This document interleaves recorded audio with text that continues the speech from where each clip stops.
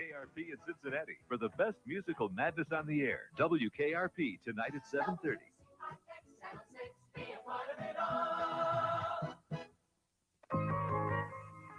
Good morning and welcome to the Channel 6 Morning Movie. Today, Fred Astaire and Ginger Rogers star in Top Hat.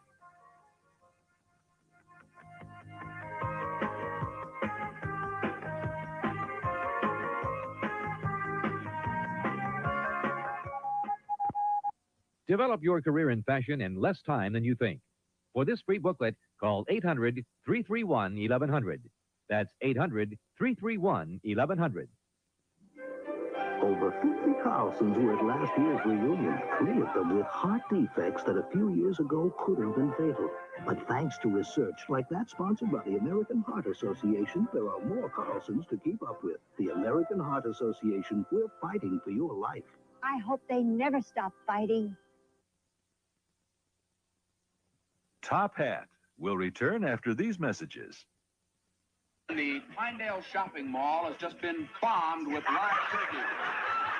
Film at 11. In advertising, tasteless works. I think we really do owe them a certain amount of frolic. It's about time we got to see a little beefcake.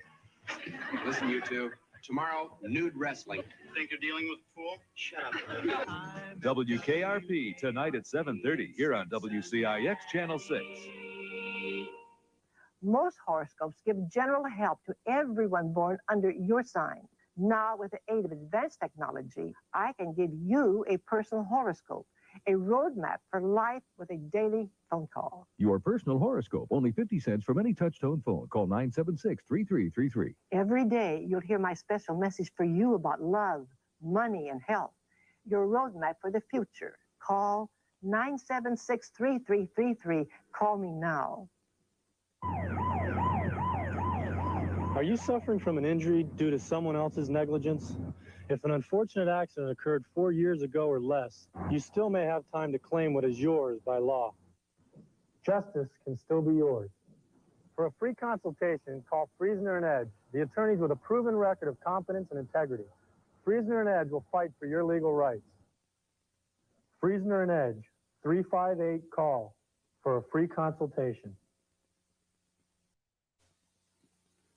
You're behind in your payments. We'll have to repossess your car. Your monthly sales quota is way down, and you better shape up or you're out. I can't stand this fighting anymore. I'm leaving. When problems seem to be closing in on you from all sides, life becomes too much to bear. Call us, the Suicide Prevention Center, before you reach the last straw.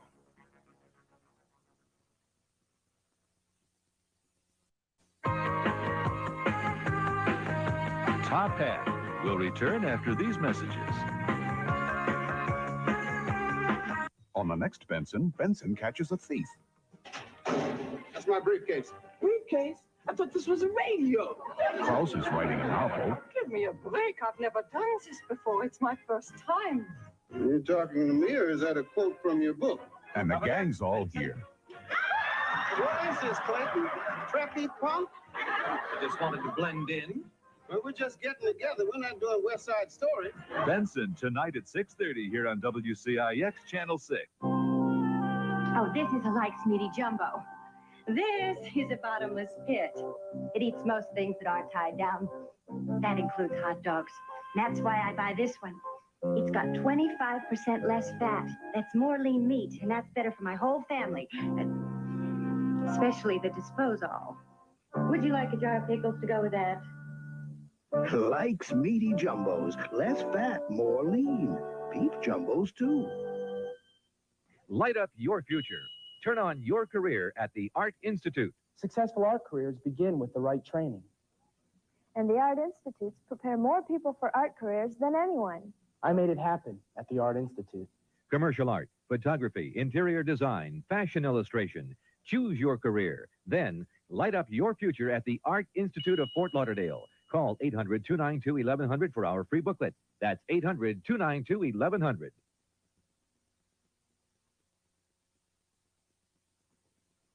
We'll return to Top Hat. When you need money, you don't need this. Heard you need a loan, Fred. Heard you need a loan, Fred.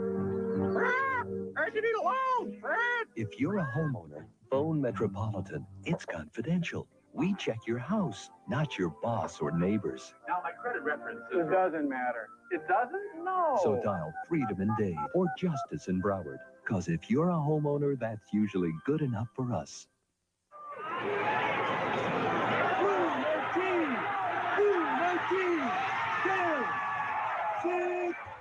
We're the front line of the Miami Dolphins. Our job, protect our quarterback. But who protects you when you're hurt in an accident? I can tell you, it's Phil Auerbach that's going to protect you. He cares. That's Philip Auerbach Law Office, the personal injury attorney carrying the ball for you.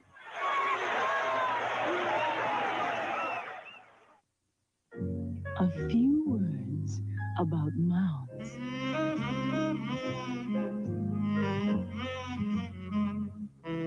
Ooh. Ah.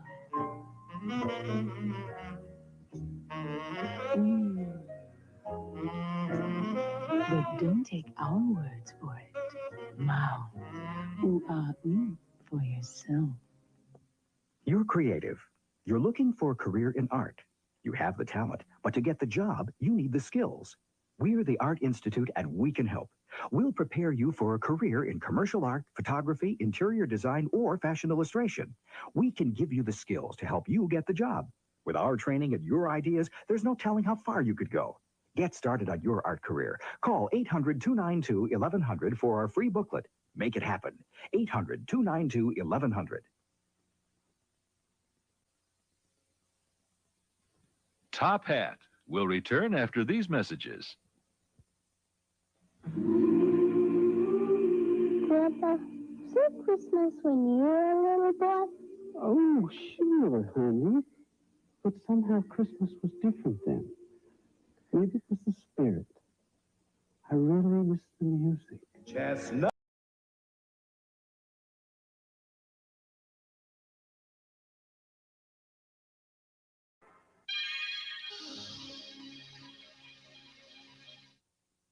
I'm Sam Smith, the voice of the Miami Heat. WBFS TV 33 will be bringing you NBA action this fall.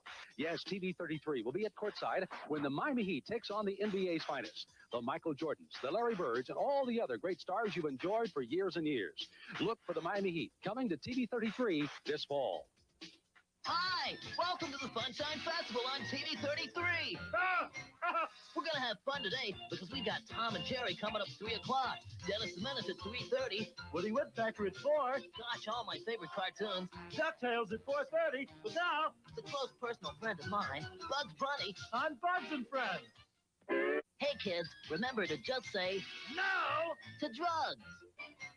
Boys, get packed for an expedition. He's the original $1 Million Duck who's always ready for any type of danger. Make my day. Fasten your seatbelts as Uncle Scrooge and company take you on the adventure of a lifetime. Well, what are we waiting for?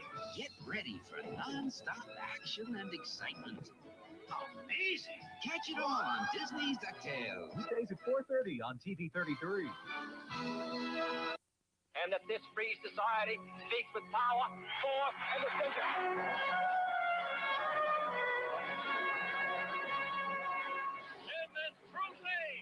The political machine that put these people into office is still run by the same person. You. Democracy. It can't be of the people and for the people if it's not by the people. Vote. Some things are meant to be together. Like the sweet honey taste and graham cracker crunch of Golden Grahams. So happy together. That good sweet honey, graham cracker crunch of Golden Grahams. So happy together. It's a part of your complete breakfast. Those Golden Grahams. Golden Grahams. Welcome to Action Arcade. You have 4 adventures to choose from. Push 1 on your touchtone phone to explore the House of Horrors. As you enter the library, you see a handsome old man. Is he friend or fiend? Smart move, but isn't someone following you? Act fast. Good work. Action Arcade, a telephone adventure where the action changes daily. Call now, 976-1122, $2.50 plus toll if any. Kids, remember, always buckle up whenever you're in a car. Remember, kids, it's a good idea to learn your address and phone number. Hi, I'm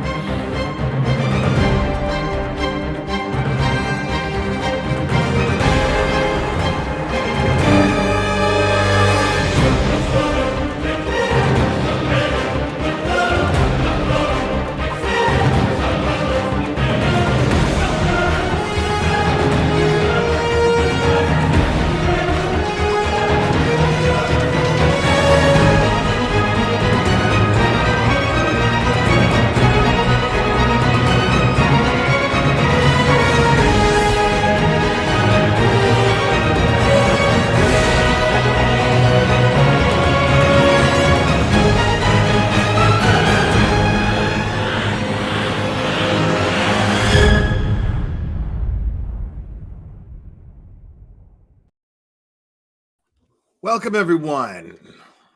I hope everybody's having a good week. Listen, I know it's late, okay? So I just want to say that I really appreciate you guys that are here, regardless of how late it was, and you guys who hung out with me last night during my insomnia. That was really nice. I had a nice time with you guys. Now, yeah, I like I said, it's late.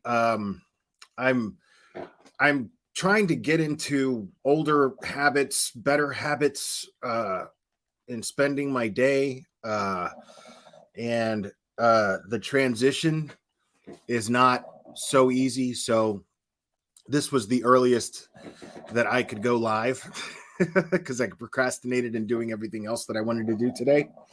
But I did have a very productive day. And so it's going to be good to top it off with this kind of productivity because I always love hanging out with you guys. Yeah, man, it's been an interesting day. And I know TurtleBoy went to court today, but nothing really happened. I think the judge, as I understand it, the judge wanted to push the date back a little bit. I think a little less than a week. I think it's supposed to be next Wednesday. And I think the reason was, if I remember correctly, the reason was because they wanted to give TurtleBoy's attorney a little bit more time to prepare. So he went ahead and just took advantage and said, yeah, sure. Okay. But I that just makes me feel better, honestly. I'm not in a big rush for this to happen. I want this done right. And in theory, I don't know TurtleBoy's attorney's record, but if he is in reality as good as he is in theory,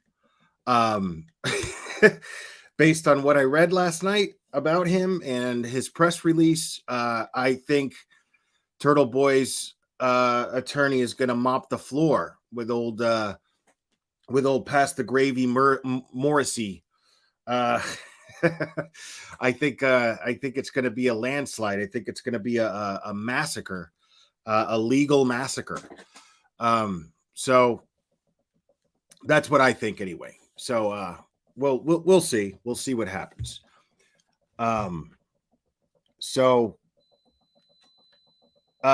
after this court hearing, there was a press conference with TurtleBoy, which I have yet to listen to. Again, I like to do this stuff with you guys.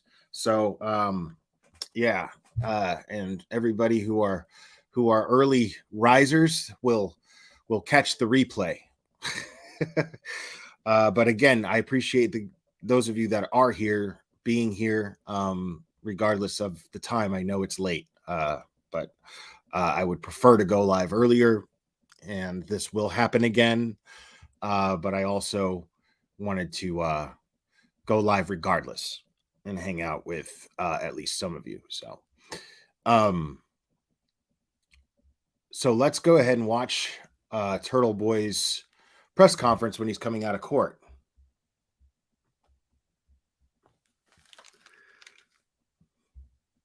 Check this out. How sharp he looks. Damn. Wow. How'd it go in there, Aiden? Here we go. Basically, the prosecutor didn't do his homework in time. We sent the all right memorandum over yesterday. That's my fault. It's the prosecutor who wasn't prepared yet. So, I mean, I figured it was, since he just employed his and just retained this attorney, I would assume that it would have been him. But apparently the prosecutor isn't really taking this too seriously, which only, it only reinforces my original opinion, which is this isn't about prosecuting TurtleBoy. This is just what has to come with it. But this isn't about prosecuting TurtleBoy. This is about shutting him up. This is about scaring him into submission. This is about scaring him by intimidating any sources. Well, we don't know if they've done that yet, but I can't imagine why else they would want his sources. And I do believe that that's exactly what they were going after, were his sources via his tech. And if I had to assume, well, they would only want those sources in order to intimidate them in some way, shape, or form. That's how I'm looking at it anyway. But we'll see what happens in trial. But I think it's going to be fun to watch, considering that I just don't see any fucking universe where TurtleBoy will be prosecuted for these charges. It just doesn't. I just don't see it. They filed it with the court. Apparently, the Commonwealth does not work after 5 o'clock. Your children have to do homework, but the Commonwealth stops working at 5 o'clock. They need time to prepare. They were not prepared for this hearing, and the judge is allowing them to basically move the hearing to next Wednesday at 3 o'clock. But we came prepared. They did not. And probably a little bit of it too. A little bit of this too is probably, again, the idea is to shut him up, right? So he's not allowed to approach any of the victims, the alleged victims in this case, people who claim that he has intimidated and harassed them. But so he's not allowed to have any contact with them. So maybe this is just a stalling tactic as well. I wouldn't put it past them to just drag this along so that order stays, that he can't basically do his job. Or also to drag it along to where they still can hold on to his tech, because they want his tech back. So the longer this drags out, the longer they get to sit there and search through it. That's typical of everything that's happened with not only my case, but with the Karen Reed case. And we look forward to the fight. I was looking forward to this day that we actually got to fight back in a place that mattered, a courtroom instead of on YouTube or on a blog.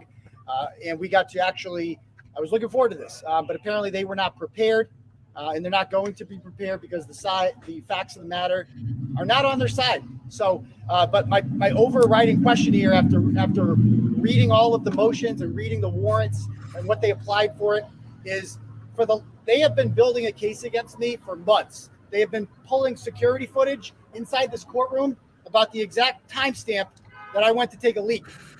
And they've been putting so much effort into that, applying for warrants, getting phones, blah, blah, blah. I'd like to remind everybody, it has now been 77 days to the day in which Lucky Loughran told troopers Buchanan in Proctor that a Ford Edge was parked outside of 34 Fairview Road at 3 a.m. in the exact position where John O'Keefe's body would be discovered 3 hours later. John O'Keefe, reminder, was a Boston police officer, and they are doing nothing. They have done nothing in the last 77 days to find out who was driving that car that was very quite likely the lead suspect in whoever murdered John O'Keefe. They've done nothing because they've been busy. They've been pulling surveillance video in there for what time I took a leak on July 25th. That's what matters to the Commonwealth. That's how perverted these people are. That's how incompetent these people are. And they know that you're all seeing it, and they don't care. They're pushing forward anyway. Well, it's not going to work out that the way that they think it is, because the facts are on our side, truth is on our side, justice is on our side, and if they thought that they could shut me up with these bogus charges, they are completely wrong. So I look forward to next Wednesday, 3 o'clock.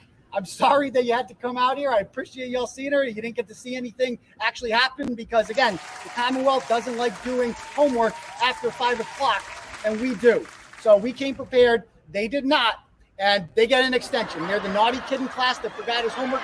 Maybe the dog ate the homework, and they get an extra week because the teacher feels bad for them. So I look forward to being here next Wednesday at 3 o'clock. So I appreciate everybody coming out here.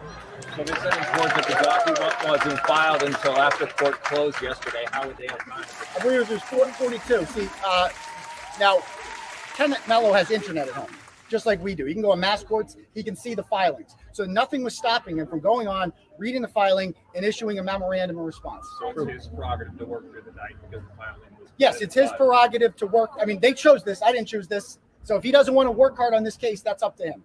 So you have said that you told your followers that you went into a bathroom and asked questions of Yuri Bukenik, but now you're saying that that wasn't true, that statement, that was a lie? No, I did. So I went into the bathroom. I came in there. Yuri Bukenik was in there. I stood next to him, and I began engaging him in conversation about his involvement in the murder cover-up of John O'Keefe.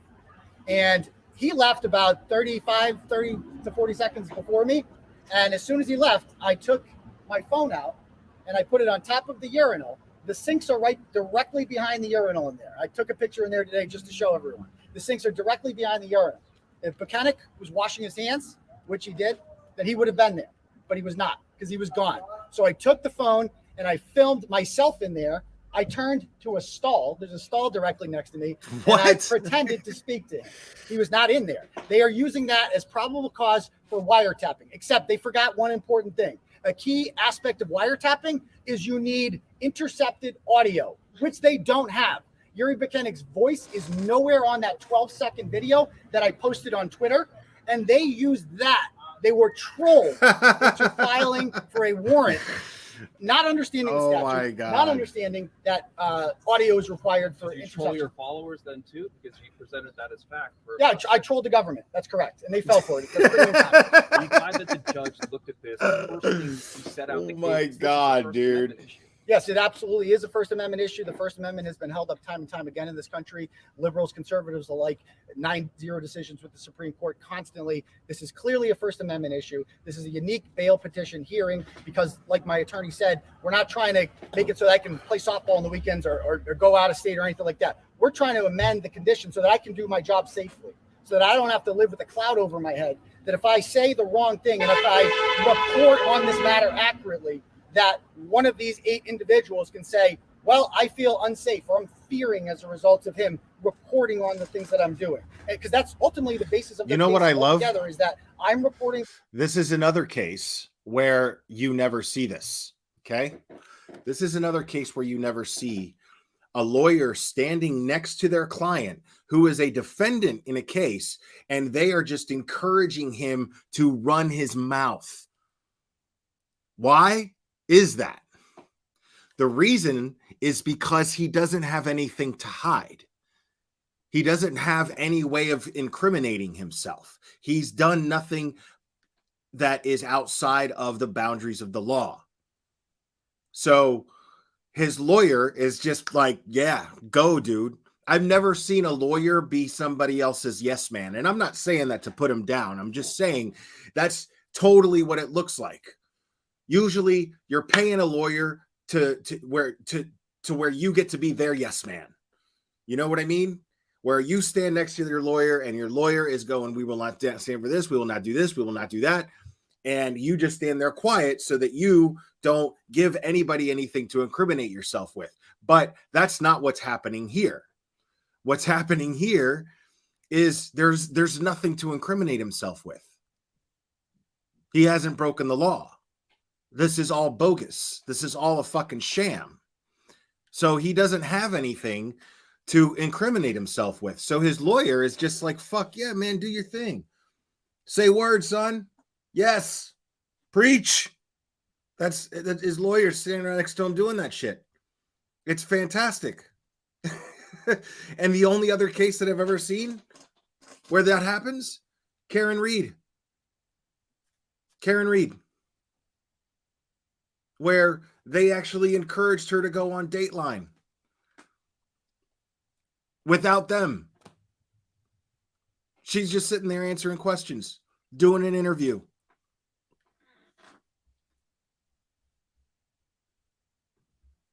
Reporting about what they're doing. I'm reporting the facts. I am going up to them and asking them questions in person at public events. I'm following the law. I haven't trespassed on anyone's property.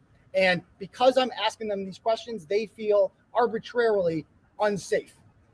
This court, I apologize, Stoughton District Court, the judges down there twice now have ruled against 2 of the 8 alleged victims and said that they applied for harassment prevention orders against me, which were denied on First Amendment grounds. Now, essentially, the same exact argument is being made and an order has been granted. What has changed? Nothing. The facts have not changed. And we look forward to, hopefully the government can come prepared next time and we can actually debate this in court. And you think this could have a chilling effect on other journalists? Absolutely. You should be worried about that. Every media outlet should be worried about this.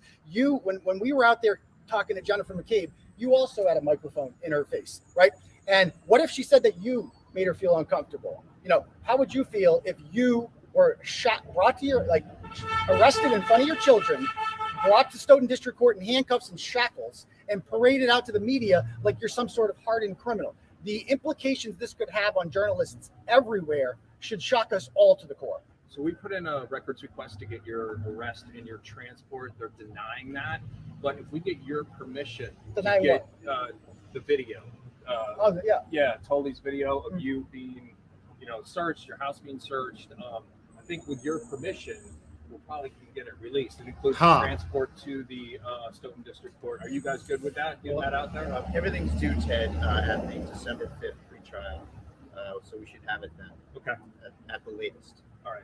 Awesome. Aiden, how strong do you think your case is? I think our case is extremely strong. The facts are on our side. We have not intimidated anyone. We have not put anyone in fear. All we've done is reported. All we've done is investigated. We've asked questions of people who, many of whom are subjects of a federal investigation into the cover-up of the murder of a Boston police officer.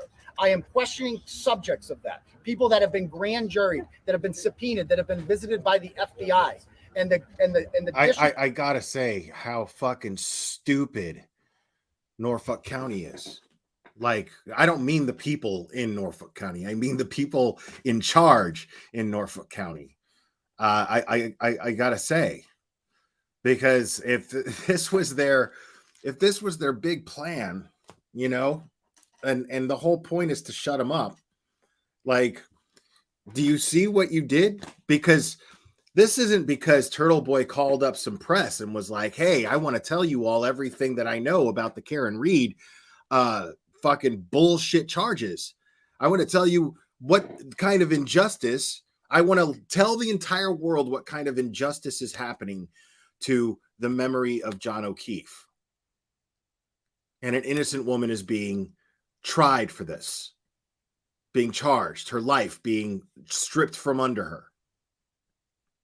And if they're trying to get him quiet, this dude right here would not have a shit ton of microphones from mainstream media outlets in his face had they not had him arrested. This is their own doing. This is absolutely their own doing. He would not have He would just have his YouTube channel and his Facebook group and his blog, you know, and the people who choose to listen to it. But now anybody who watches the news is seeing this. Now, exactly what he was trying to get to gain traction is now gaining traction. And it happened by attempting to shut him up. The irony in that is beyond satisfying. Like just the sheer fucking irony that this guy is now reaching so many more people because they were trying to shut him up by arresting him. Wow. Very, very smart. District Attorney's Office, who is also under investigation by the FBI, is protecting them and weaponizing the judicial system. The same exact troopers, the same exact detectives, and the same exact prosecutors who I have been accusing of being complicit in this are the ones who filed these charges and came to my house and put me in handcuffs. That should shock us all. They didn't, there's 2,000 state troopers in the state. They could have picked anyone. They chose Brian Tully, who has been signing all of the fraudulent police reports submitted to him by conflicted state trooper Michael Proctor and Yuri Pakenik. So I feel very confident. So he's basically doing exactly what he was doing with his YouTube channel, his blog, and his Facebook group. He's doing exactly, and his Twitter, doing exactly what he's been doing, but now he's doing it on fucking TV. I mean, the fucking irony is killing me right now. It's fucking killing me right now. Like, now he's on TV. Now his content is on TV.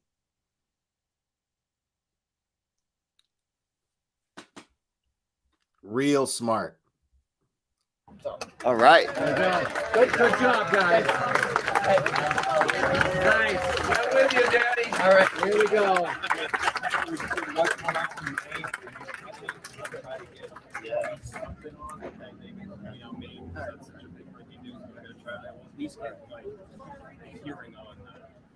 Does anyone have any questions about the hearing? Happy with the judge? Very happy with the judge. I have no problem with Judge Krupp trying to be as fair as he can to the Commonwealth. We're ready to go. We're the good guys. We want this sort of vacated. We're not here to compromise. We're not here to work something out. We want these unconstitutional orders vacated, and that's what we're going to do next week. So, Is it possible for the judge to just next Wednesday at 3? So what's actually going to happen Wednesday at 3? What was supposed to happen today? Yeah, what was supposed to happen today. Typically, lawyers don't file memoranda on these type of bail reviews. So I thought I was helping the court, and Judge Krupp wants to be fair to the Commonwealth. That's fine with me. We'll wait.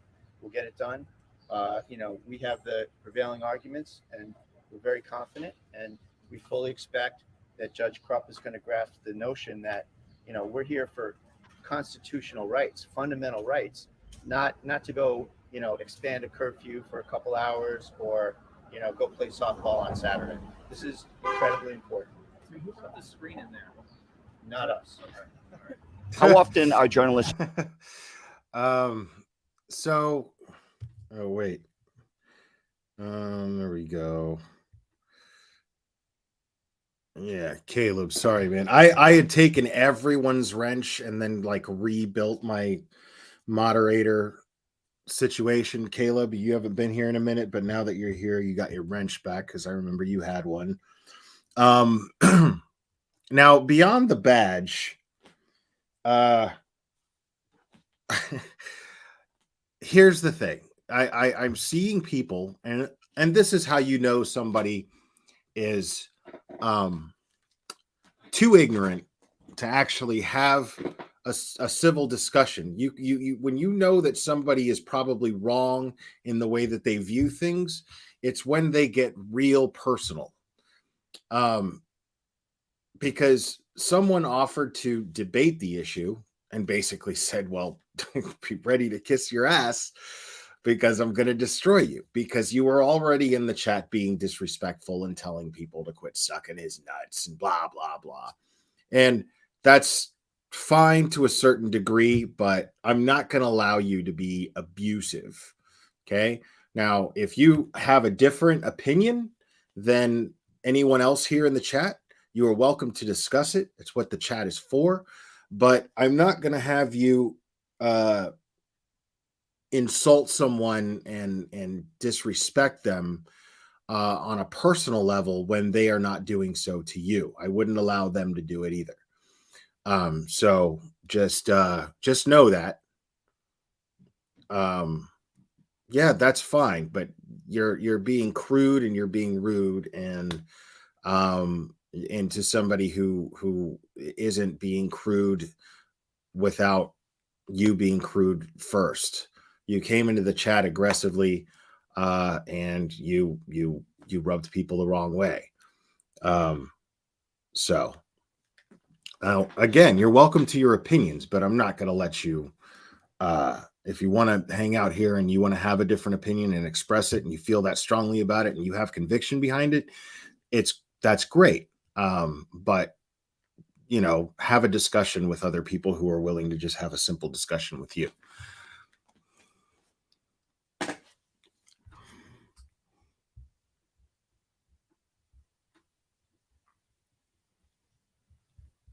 So let's continue listening now. Was arrested in Massachusetts for their reporting. It's unprecedented. This prosecution is unprecedented. We contend that it's for ulterior purposes. It's unconstitutional, and the silver lining here is that we hope that there'll be some law created here that will stop this kind of behavior in the future, that will protect all of you who, as Aiden said, you guys should be up in arms about this. You guys should have a microphone in one hand and a sign in the other. This implicates all of you. It's not the guy who posts cat videos on YouTube that needs the First Amendment. It's the guy that tries to get to the truth, the guy that has to employ hard-nosed tactics, show up at people's games, show up at their houses. None of this is a surprise. None of this is new journalism. This has been going on for 100 years. The fact that the government one day just decided to make it a crime is horrifying, and that's why we're here. And one of the things that Judge Krupp said was that I was leading the rolling rally, certainly the completely peaceful protest rolling rally. There was no honking going on. That never happened. It was a peaceful procession of people to public places. We stood on sidewalks. We followed the law. We didn't trespass. We didn't do any of that. We never threatened anyone, and we always said so. Where's the Ford Edge? That's what we wanted to know. All we wanted to do was simply speak to these people or protest peacefully about a matter of public concern. And the judge said, well, what about all the other people?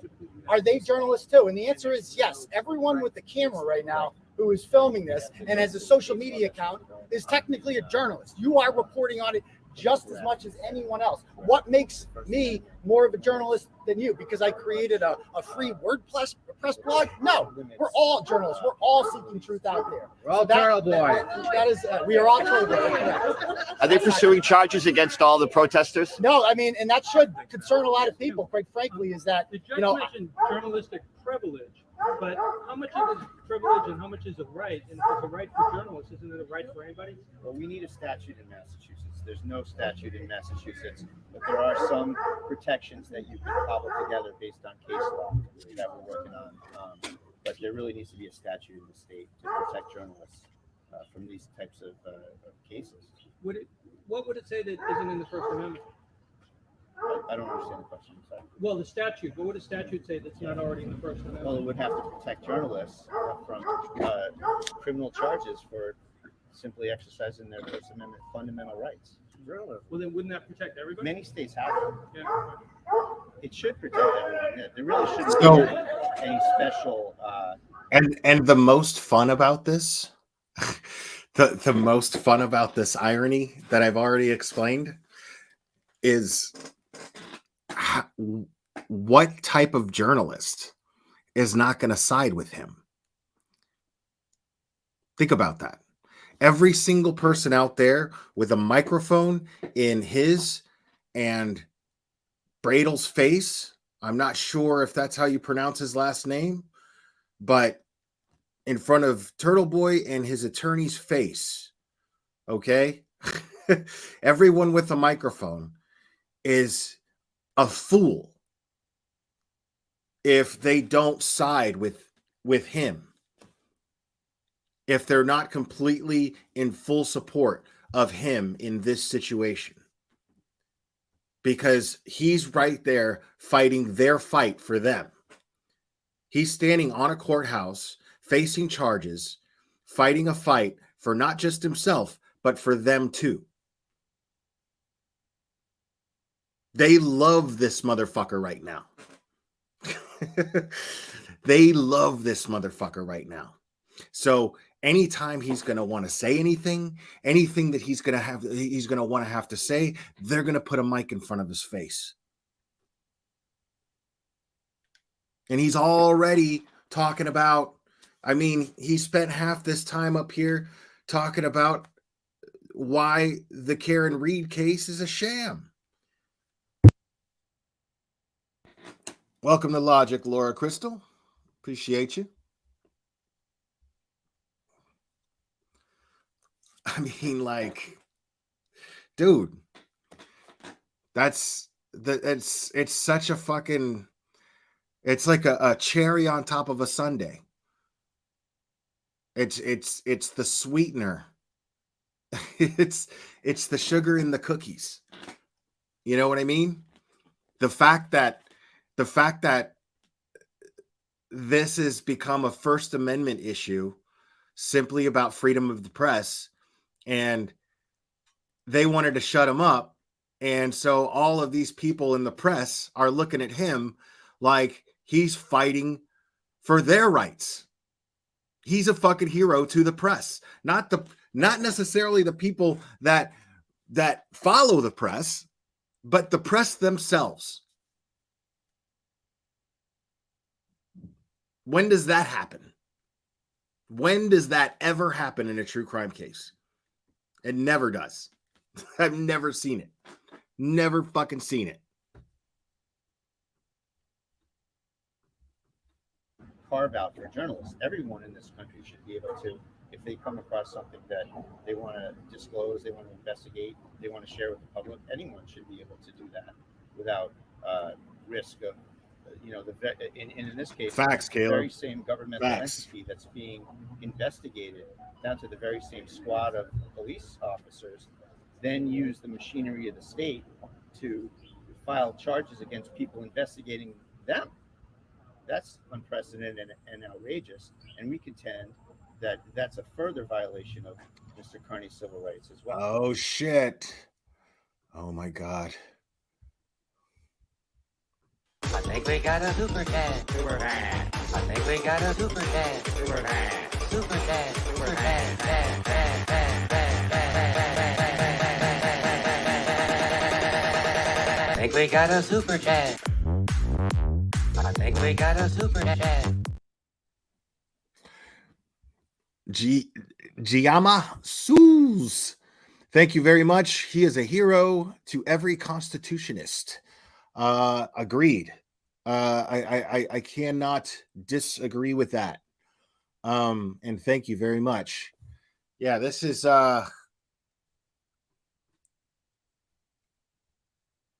man, and today, a little off the subject before we continue this.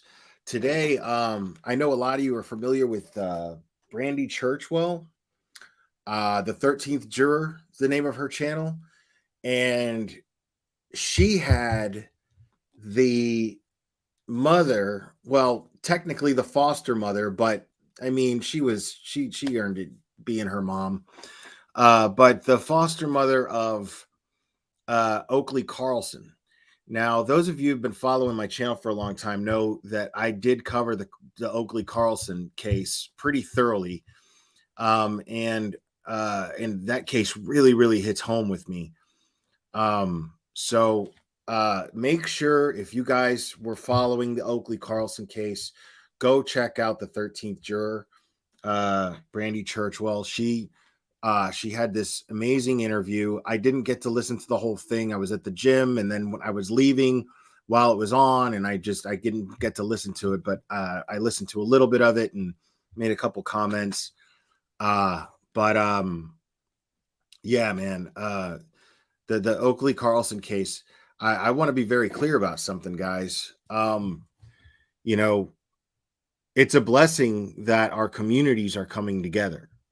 I do believe that, and I do love these folks who are in support of Karen Reed, or at the very least, even just in support of the town expecting better tactics coming from their higher ups, from their people in a position of authority there in Canton.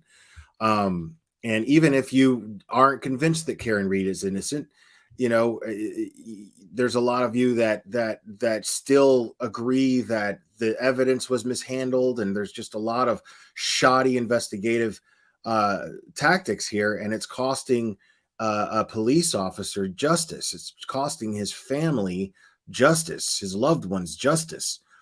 So the thing is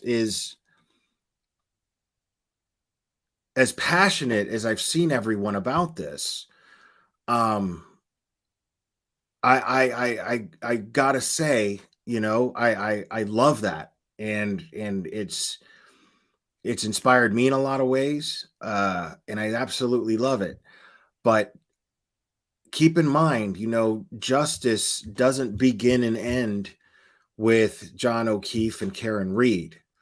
You know, this is going to get justice, but there's other cases that there's a real mishandling of justice taking place, and there are other people out there that could use this kind of support that Karen Reed is getting and John O'Keefe is getting. There's other cases in this community that could use that same kind of support. So I'm gonna do a little bit of a recap on the Oakley Carlson case, because this is a little girl who went missing at 5 years old. She's been missing, and it's one of those things where you just know that her parents, and this is a case where the system absolutely failed this little girl, and failed her foster parents too, because this child was taken away from her natural parents. The father's an ex-cop. Him and the little girl's mom were meth heads, and there was a fire in the house, and she went missing, and nobody knows what happened to Oakley, and they got locked up for unrelated charges, both of the parents, but now they're both out, and there's just no justice for this little girl.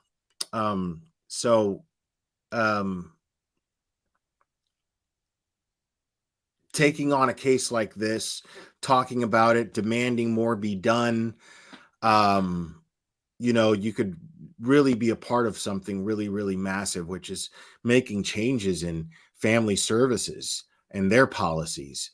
You know, even if it's just that, but also, you know, hopefully just putting pressure on the right people to investigate this case properly, because she had these loving foster parents, and the system took her from after taking them from the natural parents because they were meth head fucked up people, bad people. They put her in the care of foster parents, and these foster parents just loved her and adored her, and they're the sweetest, kindest people in the world. And so the system ended up taking them away from them and giving them back to the natural parents, and now this little girl is missing, and no one knows what happened to them. But all evidence would dictate that these natural parents had something to do with it. And I would never accuse parents without seeing a lot of indications, you know. I would never do that. But in this case, if you guys look at all the facts, it's pretty bad. So, you know, I feel like as a community, we can do as much as possible, you know, while we're waiting for Karen Reed to, you know, go to trial and all of that. You know, we could also be, while spreading awareness on that, we can be spreading awareness on, you know, cases like Oakley Carlson too. So I just wanted to run that past you, and those are just my thoughts on it. Of course, we're all free to do what we want, but I thought it was a good thought, you know, just a nice idea.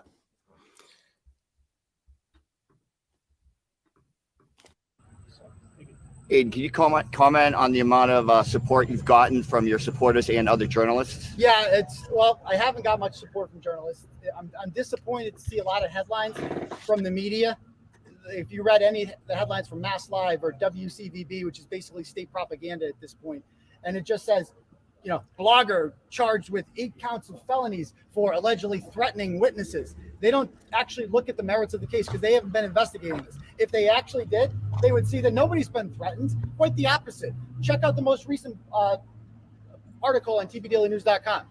You can see on there, I put 40 instances of when I literally say, we come in peace. We are not a threat. We just want to tell the truth. We just have some questions. That's all we're looking for. Why did Jennifer McCabe Google how long to die in cold at 2:27? I still don't know why any human being would Google that if they didn't think somebody was dying in the cold. And it's not a crime to seek an answer to a question. It is the most American thing you can possibly do. And we will never stop fighting for that. They thought that they could come to my house, put me in handcuffs and shackles, and scare me and intimidate me. They are the ones intimidating me. But we're not. I'm not intimidated. And we're going to fight, and we're going to win this. And at the end of the day, a year from now, it will be them who is standing on these courthouse steps in the defendant's chair. And it will be me as a member of Jennifer McCabe Googled 2:27 a.m. How long to die in the cold. And John O'Keefe was found in the front part of their property, dead and beat up. And she claims to not know what happened to him. And I call bullshit. And TurtleBoy calls bullshit. And all of everyone who supports TurtleBoy and Karen Reed call bullshit. It's it's just why the fuck would you Google that if you didn't know anything? of the media. And that's just a drop in the bucket of reasons to think that Jennifer McCabe is a fucking liar, and that Nicole Albert is a fucking liar, and that Proctor is having, and I'm not saying in a sexual way or anything, but definitely an inappropriate relationship with key witnesses in this case, being Matt and Jennifer McCabe. These are key witnesses in this case. It cannot be. I just don't see any world where that is not a conflict of interest, where the lead detective is buddies, went to high school with people who own the house where John O'Keefe was found, and is hanging out, and admittedly in TurtleBoy's, they even went as far as to admit in TurtleBoy's arrest after David that that they were consoling each other as co-victims of TurtleBoy's intimidation and harassment and threats, which never took place. But they admit that there is a personal relationship going on there. That is completely inappropriate. They're not supposed to hobnob and cry on each other's shoulders. I mean, these are just a couple drops in the bucket of what makes this case so fucked up. And the fact that they arrested him. Yeah, Jennifer McCabe also called Julie Albert at 4:55, informing Julie that John had died an hour and 9 minutes before the body was found. Right. So, I mean, again, another drop in the bucket. Like when I'm on here earlier and I have like 400 people in here talking about this, all you see are comments of all these different facts. All of these people that are so fucking infuriated over this case. I mean, let's get real, dude. This shit stinks. And then they're going to arrest him for simply asking these questions. And it sure as shit doesn't seem like it doesn't seem like at all to anybody here that it's more than a coincidence that the very people who he's accusing of signing bogus statements are the ones who showed up at his house, put him in handcuffs, confiscated his tech. They're searching it right now. I mean, let's get real, people. This is not tinfoil hat shit. This is reality. Covering them. They're corrupt too. The media is corrupt. Absolutely. So. All right. Thanks, everybody. Thanks, guys. Good job. Good job, buddy. Thanks, everybody. Thank you guys for coming. Appreciate it. Hey, good bail. I mean, people. Yeah. Now, I'm gonna drop in and check in on the latest of this Robert Brand shit. We talked a little bit about it last night.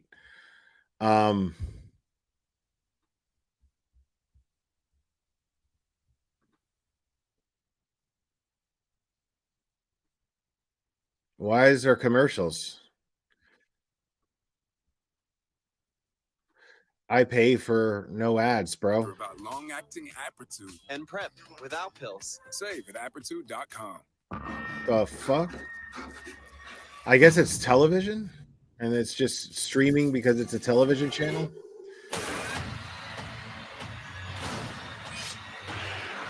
What the fuck is this? Rated PG-13. When night falls and they arrive, there's nowhere to run and no place. I mean, like,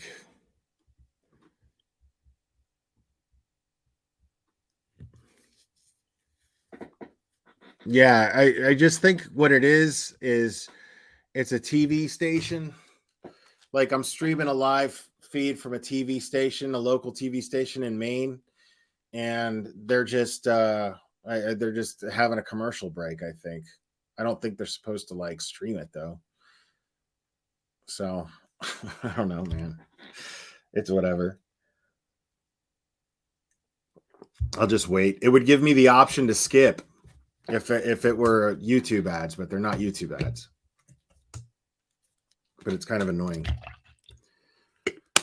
So, did you guys see that that press conference in regards to this shooting in Maine that happened earlier today? Not the shooting. The shooting happened last night, but the press conference of these fucking politicians, senator, mayor, congressman. It was just gross. I was just grossed out.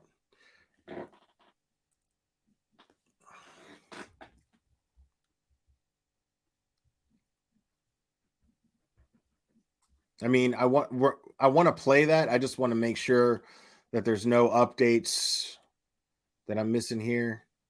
No, this is Late Night with Seth. Why are they playing Late Night with Seth Meyers? I'm going to get fucked.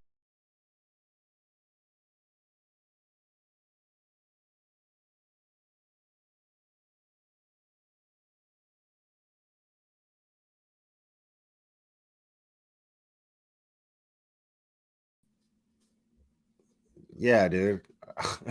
I gotta find. I don't want to watch Late Night with Seth Meyers. And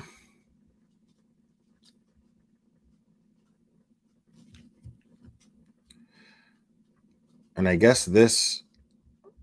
Oh, that live stream recording is not available.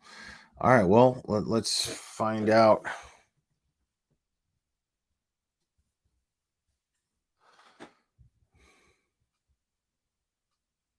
Okay. Well.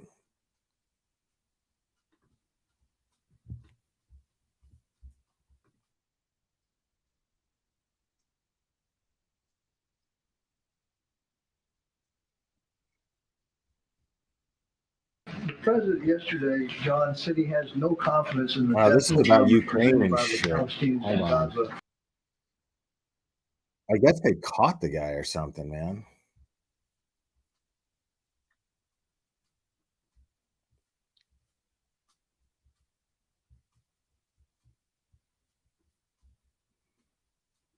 How long is this?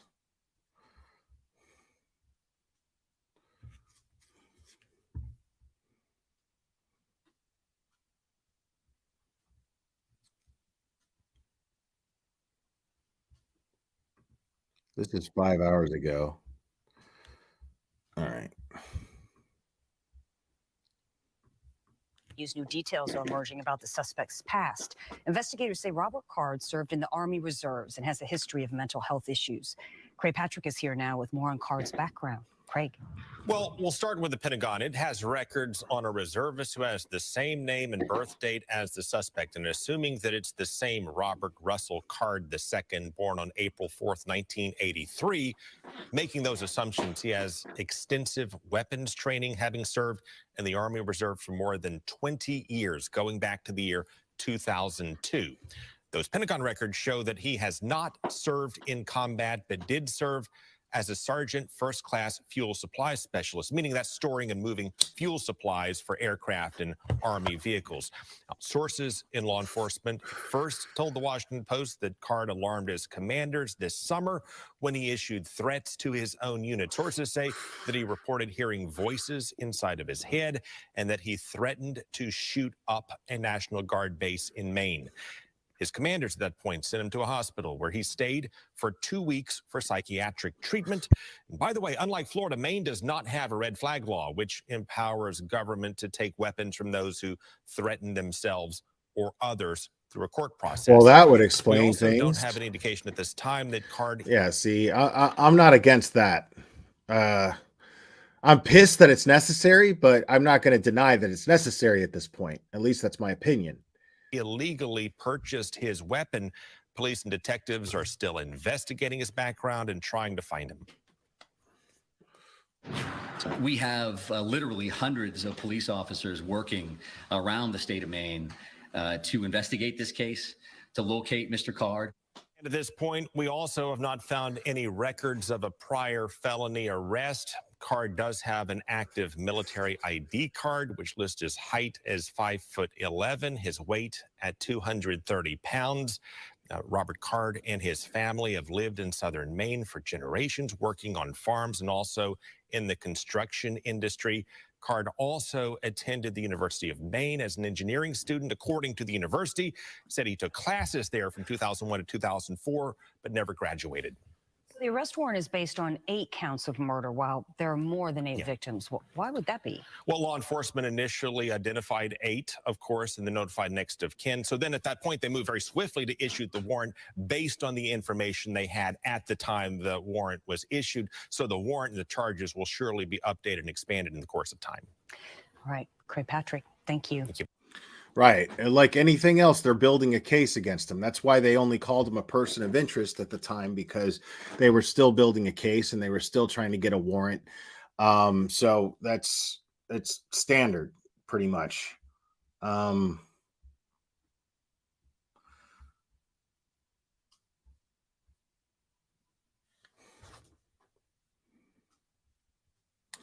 thought at one point that they had his house surrounded.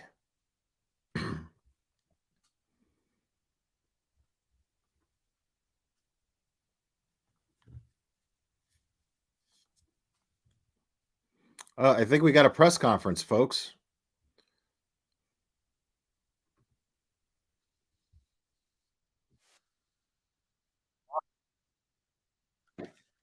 Let's see what we got here. We're going to leave this space open. So can we have rid of that table right here? Sir? Brian? Brian? Yeah. Brad? Yeah. Can we have you go back here? We need this hallway open. Thank you, Caleb. Or as Duty Ron would call you, Khalib. I was actually live the other day. I was laughing about that. I was telling everybody about that because I was covering Duty Ron in a good way, actually. But I remember seeing you in his chat one time a couple of years ago, and you were like, and he kept calling you Khalib, addressing your comments, calling you Khalib.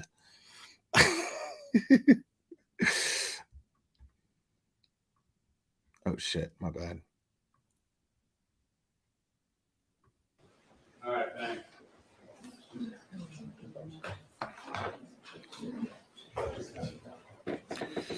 Oh, they found. Yeah, I heard they found a note too. I want to see what that note says. Susan, you still know what it's.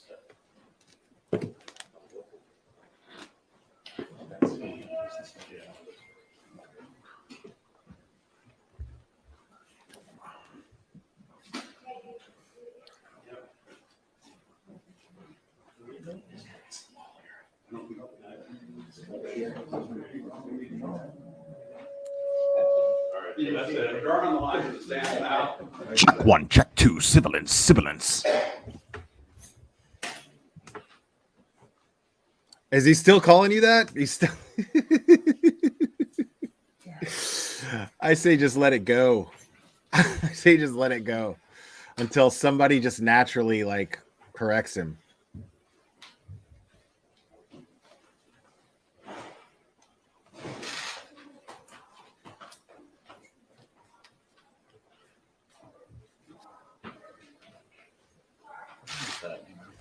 Yeah, I heard there was a note to his son.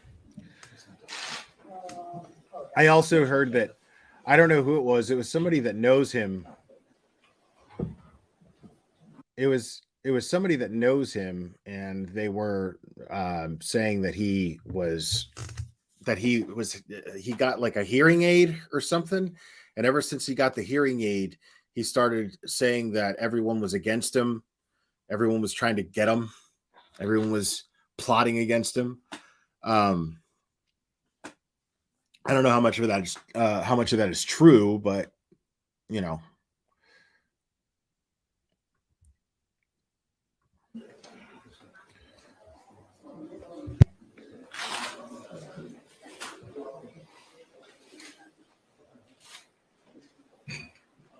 Watch your steps, okay? We're going to have people come through here. Okay. Thanks for standing by. You can just stand by for a few more moments. Oh my God. All the players are here. Just so their patience is greatly appreciated. Susan, did you hear that? Okay. Guys? Thank you. Thank you. Thanks.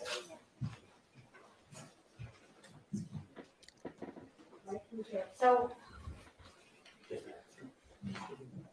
I'm going to have people come to this area. So, hey, we have you all stay on that corner. Yeah, right there. Sorry about that. Thank you.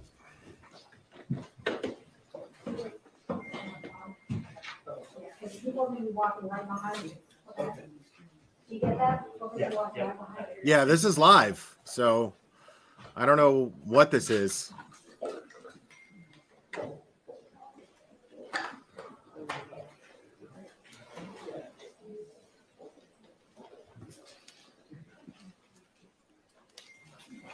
But I mean, I'll tell you, it's labeled Lewiston, Maine shooting 2023 live. Maine police.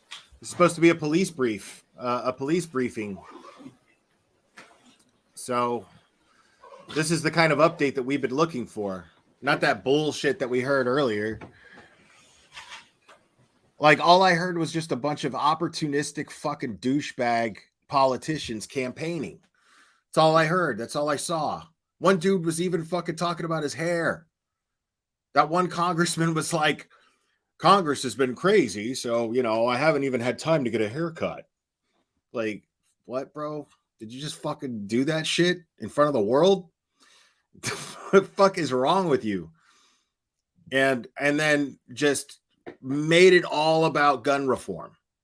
Like, no, I mean, like they got it out of the way. Like, yes, our hearts are heavy for the victims and their loved ones. And then just went into a whole political fucking spiel, just campaigning because there's a fucking election year next year. So it was just, it was really gross. Like, it was just really gross. I was like, man, I mean, the people of Maine, they deserve better. They deserve way better than that. And all of them did it. All of them did it in their own way. That just one guy was just the least subtle about it. I'm gonna take this to Congress, and I was against gun control, and now I'm going to go and I'm going to make it my business to address Congress with banning assault rifles in Maine. And fucking, it's just annoying, dude.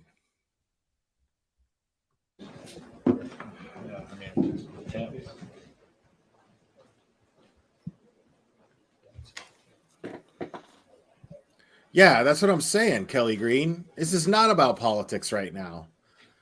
Like, at least fucking wait. At least fucking wait until, you catch the guy. I mean, not all of the victims haven't even been identified yet. And you're making this about your political ventures. It's fucking crazy. Like, where's the respect for these victims? I mean, it was so messed up. I mean, at least wait until you catch the guy. You know what I mean?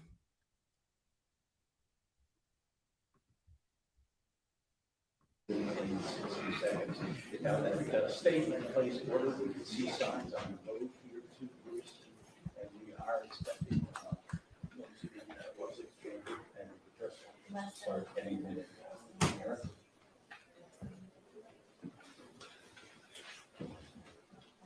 Because the way it came off, was that all they cared about, they didn't see this as a tragedy. They see tragedy as a good thing. So tragedy just not being a bad word to them. To them, it was a tragedy, but it was an opportunity. A tragedy, but an opportunity. Oh man, what great timing that this came up right now when there's only 2 months left of the year and 2024 is an election year. This is the best time for this to happen so that we can start talking about gun reform and get those left votes. I mean, the fuck was that, dude? Belongs to Robert Card. The card was still on. There was some more crimes up there, but it seems that the search for the person of interest from at least that one. One thing I should mention too, there are a number of out-of-state agencies that are assisting Maine police in their search for this person of interest. We did notice several state police vehicles that came down the road there, so they are very active in the search. Of course, talked about New Hampshire State Police also running a helicopter to the search. John and Catherine, that's the situation. And again,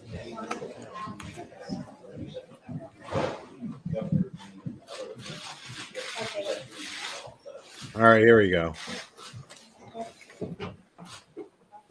Oh, excuse me.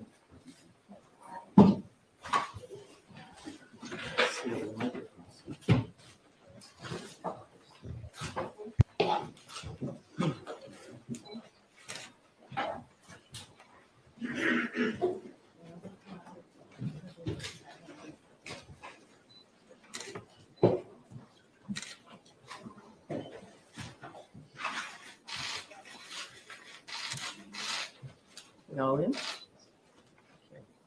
Thank you for being here. As you may notice, my voice is a little hoarse after working through the night.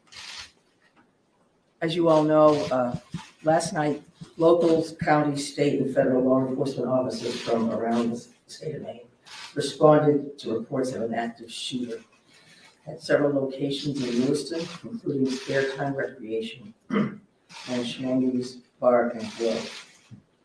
These law enforcement officers, in the face of danger, responded swiftly, selflessly, and with great bravery. Bravery that they continue to demonstrate today as they search tirelessly for a person of interest in connection with last night's events. On behalf of all Maine people, I express my deep gratitude for your response and for your continued service. I also do so for Maine's hospitals and other medical emergency responders.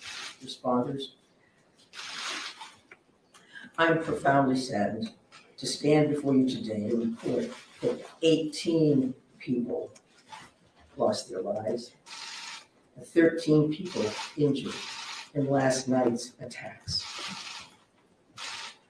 In memory of those we lost and in honor of those who were injured, President Biden and I have ordered all U.S. flags and state of Maine flags to be lowered to half-staff immediately for the next 5 days. Maine State Police have issued a shelter-in-place order. I mean, that's a start. Lewiston, Lisbon, and Bowdoin, as the manhunt for that person of interest, Robert Card of Bowdoin, continues. I will let law enforcement speak to the ongoing manhunt and to their investigation, but Mr. Card is considered armed and dangerous, and police advise that Maine people should not approach him under any circumstances. I continue to strongly urge Maine people to follow the direction of state and local law enforcement amid this ever-changing situation. Please, if you see anything suspicious, please call 911.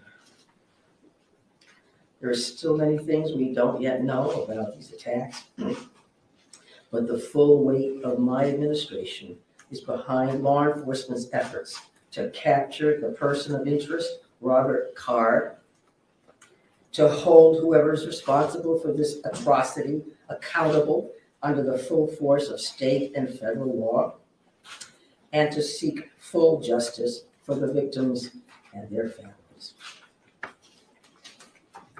We cannot and we will not rest in this endeavor. My administration is coordinating closely with local, regional, and federal officials to respond to this shooting. I have spoken twice with President Biden. I've spoken with Vice President Harris, Secretary of Homeland Security in my office, and Secretary of Health and Human Services, Sarah, all of whom have called me last night to express the Biden administration's full and unwavering support and to offer any and all help that we, the people of Maine, might require. Okay, so what's that going to be? Others of our neighboring New England states and of other states have contacted me to offer aid, and I'm sincerely grateful. I don't need to know who's patting you on the back. I need to know what We've been they're in touch going with to do every to help. member of the Maine congressional delegation, all of whom have offered their full support, for which I am also grateful. I also spoke with Mayor Carl Chalene and Auburn Mayor Jason Lebec last night to reiterate that we are standing by them and that we are ready to provide any help people in these communities need, and to deploy all available state resources, including grief counselors and other mental health services. We need to help our communities heal. If you or a person you love need someone to talk to during this difficult time, please call or text 988 for free and confidential counseling. 988. Look, Lewiston is a special place. It's a close-knit community. This lady's with a campaigning long too. history of hard work, of persistence, of faith, of opening its big heart to people everywhere. Lewiston is where I worked for years. It's where I met and married my husband and where our girls went to school. I love this place just as I love our whole state with my entire heart. I'm so deeply saddened, as is every one of the 1.3 million people of this beautiful state. This city did not deserve this terrible assault on its citizens, on its peace of mind. Yeah, we know on that. its sense of security. No city does. No What state, are you gonna no do about it? No words can truly or fully measure the grief of many people today. Our small state of just 1.3 million people has long been known as one of the safest states in the nation. This attack strikes at the very heart of who we are and the values we hold dear for this precious place we call home. All Maine people are sharing in the sorrow of the families who lost loved ones last night. Loved ones, normal people who were killed or injured while unwinding from a day of work or while spending time with their family and friends, socializing. So on behalf of the 1.3 million people of the whole state of Maine, I hold these families and this city in my heart today. I know that the people of Lewiston are enduring immeasurable pain. I wish I could take that pain off your hearts, off your shoulders, but I promise you this, we will all help you carry that grief. I ask many people to join me in offering our comfort to the families and friends who have lost someone. And So is she gonna go around kissing babies now, or who are healing in Maine's hospitals today. maybe slapping buttons on people's jackets? I know it's hard for us to think about healing when our hearts are broken. But I want every person in Maine to know that we will heal together. We are strong, we are resilient, we are a very caring people. In the days and weeks ahead, we will need to lean on those qualities more than ever before. As we move forward, struggling as we may, let us wrap our arms around one another, offer comfort and solace and love. I know the Maine State Police will continue to release information to the public as we confirm it, and information about any steps that the public might take to support the people of Lewiston at this time. May God bless the people of Lewiston and bless the memories of those we have lost. Thank you. I'm going to turn it over to Commissioner Sasha. Thank you very much, Governor. We certainly appreciate your support. The city of Lewiston does, the state of Maine, and certainly our first responders. We feel that love every day, and thank you very much for that. I would also say that we want to say thank you to a really large number of other elected officials across our state, whether that's the federal delegation, local elected officials, and many others that are part of organizations or law enforcement agencies that truly wanted to join us today at this particular press event and wanted to speak on behalf of their communities. And as the governor had mentioned, and everybody else will reiterate, our reality for today is that this suspect is still at large. And we want to provide community support for the victims, for the families, and the communities across the state. But we also have an incredibly strong laser-like focus on bringing this suspect into custody and ultimately to justice. So because of that mission for this particular event and today's activities, we're keeping the list of speakers and the agenda pretty tight. And that will include next up at the podium would be Chief Dave St. Pierre from the city of Lewiston. and some other members of his command staff are present. What I will say to the city of Lewiston, and you know this because you feel it every day, but you're lucky to have a chief like Chief St. Pierre and his entire law enforcement agency from every level. Both officers put their heart and their soul on the line on behalf of their community last night and into today. And they're doing it for the right reasons. They do it because they care. So the city of Lewiston and truly our co-responder family across the state of Maine is lucky to have Dave and his team in the mix with us. And we're also going to hear from Colonel William Ross from the Maine State Police. And Bill will highlight some of the timeline things that you're probably concerned about and certainly interested in from a story perspective. So the Colonel will come up and speak to that. And we'll also have Jody Cohen. And Jody is the special agent in charge for the FBI out of the Boston field office. And Jody will highlight some of those federal partnerships and some of the things that our federal partners are bringing to the table, bringing to bear to help us with this investigation.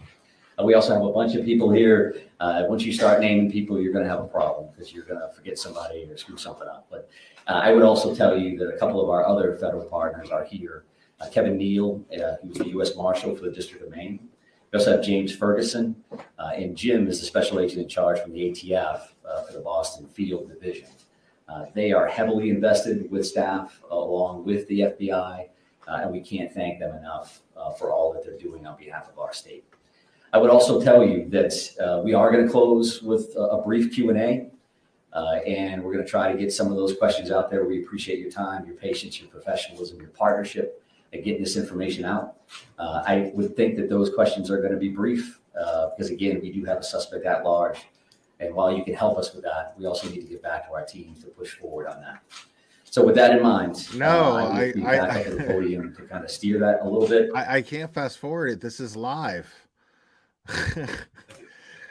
Thank you, Director Sawchuk, and welcome media. Now I don't know if it's a replay, but it's definitely it's a news station and it's live streaming. Friends of the victims of this heinous crime. This is truly a tragedy that goes beyond comprehension. I'm confident in our. Yeah, we know that, but there's nothing indicating that it's a replay. So I mean, I don't know. To bring this to a successful conclusion. Although difficult, I do ask the public to continue to be mindful of their own personal safety and also that they be patient with the process as much as possible. There is extensive work and attention to detail that goes into such a large-scale investigation. I'm confident in the expertise and professionalism of our investigators and all law enforcement officials that are currently involved. This is an all-hands-on-deck approach. We have a great deal of collaboration and resources that have been made available to us. There are far too many to name individually, but I think Director Sawchuk named quite a few appropriately. There are far too many, as I've stated, but they are all appreciated more than you know. I want to thank all of our brave men and women of the Lewiston Police Department, Fire Department staff. Bro, you're not accepting an award. You haven't even caught the fucking guy yet. That came from far and wide and have come together and continue to work tirelessly in bringing this situation to an end. We hope to locate and hold the person accountable. I think you'll hear next from the state police, who is taking the lead in this investigation. Although that we are working hand in hand with them, I think Colonel Ross will be able to. Oh, okay. So is he going to go up there and say a bunch of nothing too and start fucking patting everybody else on the back now? Is that what he's going to do?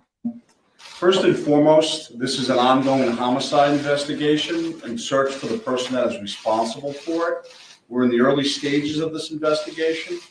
And I just want to let you know we will have updates. We'll be putting some type of a schedule out later on.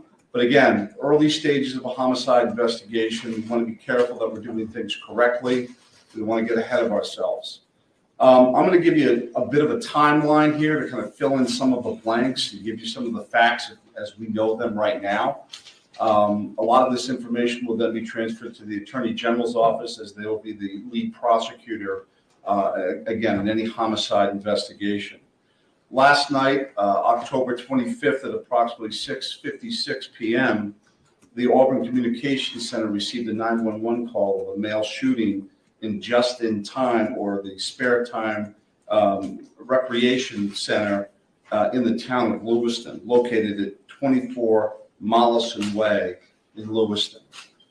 Shortly after that, at about 7:08 p.m., the communications center received multiple 911 calls about an active shooter inside of a Schmenge's Billiards at 553 Lincoln Street in the town of Lewiston. A large law enforcement response from multiple surrounding agencies assisted the Lewiston Police Department in trying to identify who this individual was and what was happening. As you can imagine, this was a very fast-paced, fast-moving, very fluid scene, very dangerous scene that these guys and girls were going into. 18 people are now deceased at this time. The victims at the just-in-time establishment, 7 people are deceased there, 1 female and 6 males, all from an apparent gunshot wound. Victims at the Schmegley's Billiards, 8 are deceased. 7 males inside the establishment, 1 male outside of the establishment. Again, also apparent gunshot wounds. Multiple people were transferred to area hospitals, Central Maine Medical Center, St. Mary's, and Maine Medical Center. 3 people that were transferred to those hospitals are deceased, for a total of 18 people deceased at this time. The investigation into the person responsible for this identified a vehicle located at the Pajevscott boat landing in Lisbon. That person, through the registration of that vehicle, was identified, as been stated earlier, as a Robert Card, born in 1983. Several of the deceased have been identified, and their families, next of kin, have been notified. Approximately 8 people at this point have been identified. 10 people, 10 of these victims still need to be identified at this time. Currently, there is an arrest warrant for 8 counts of murder for Mr. Card.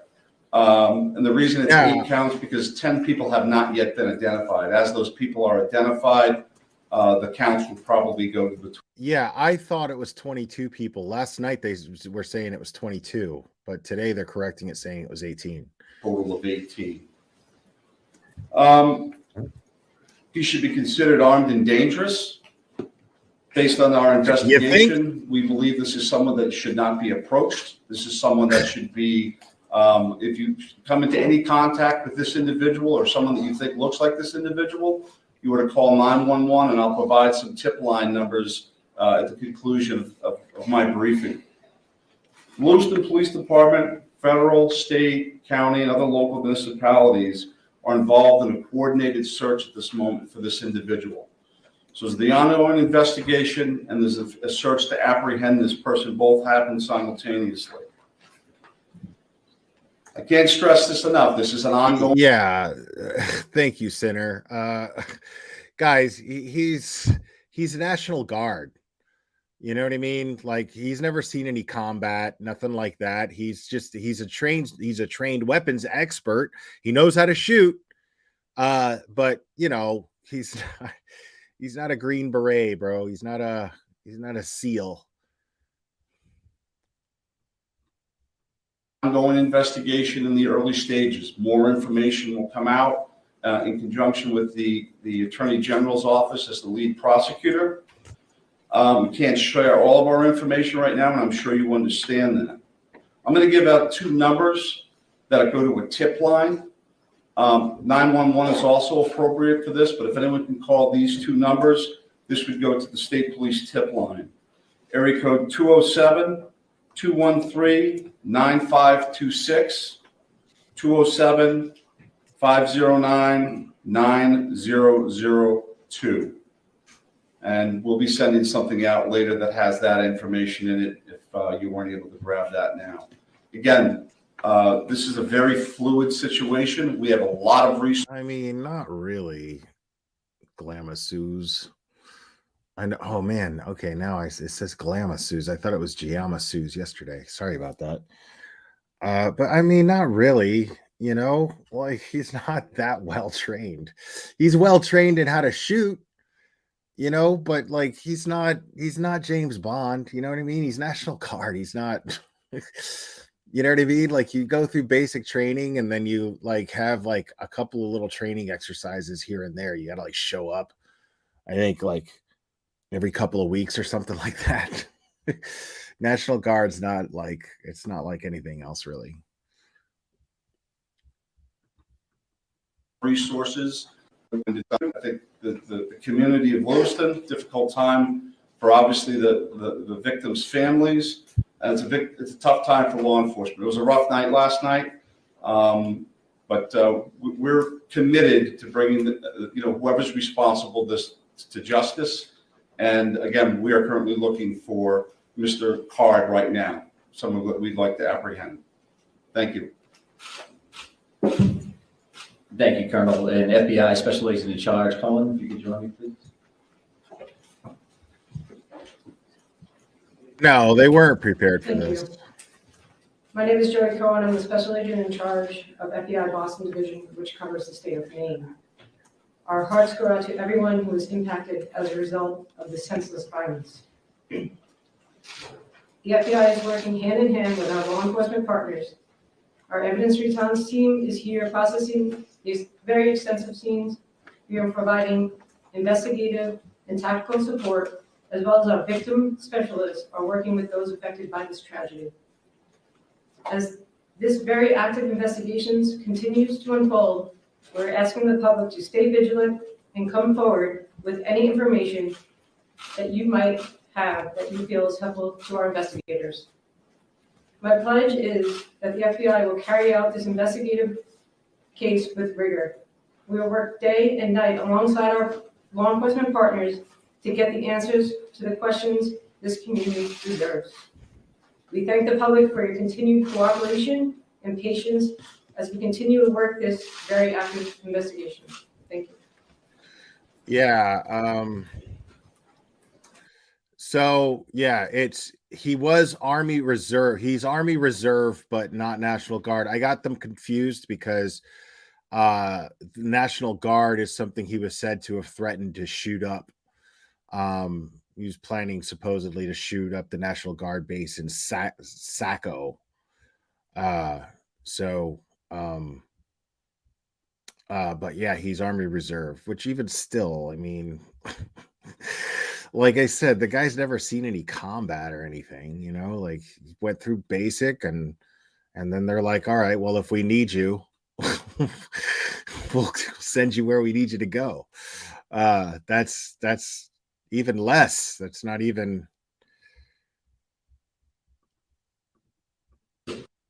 Appreciate that.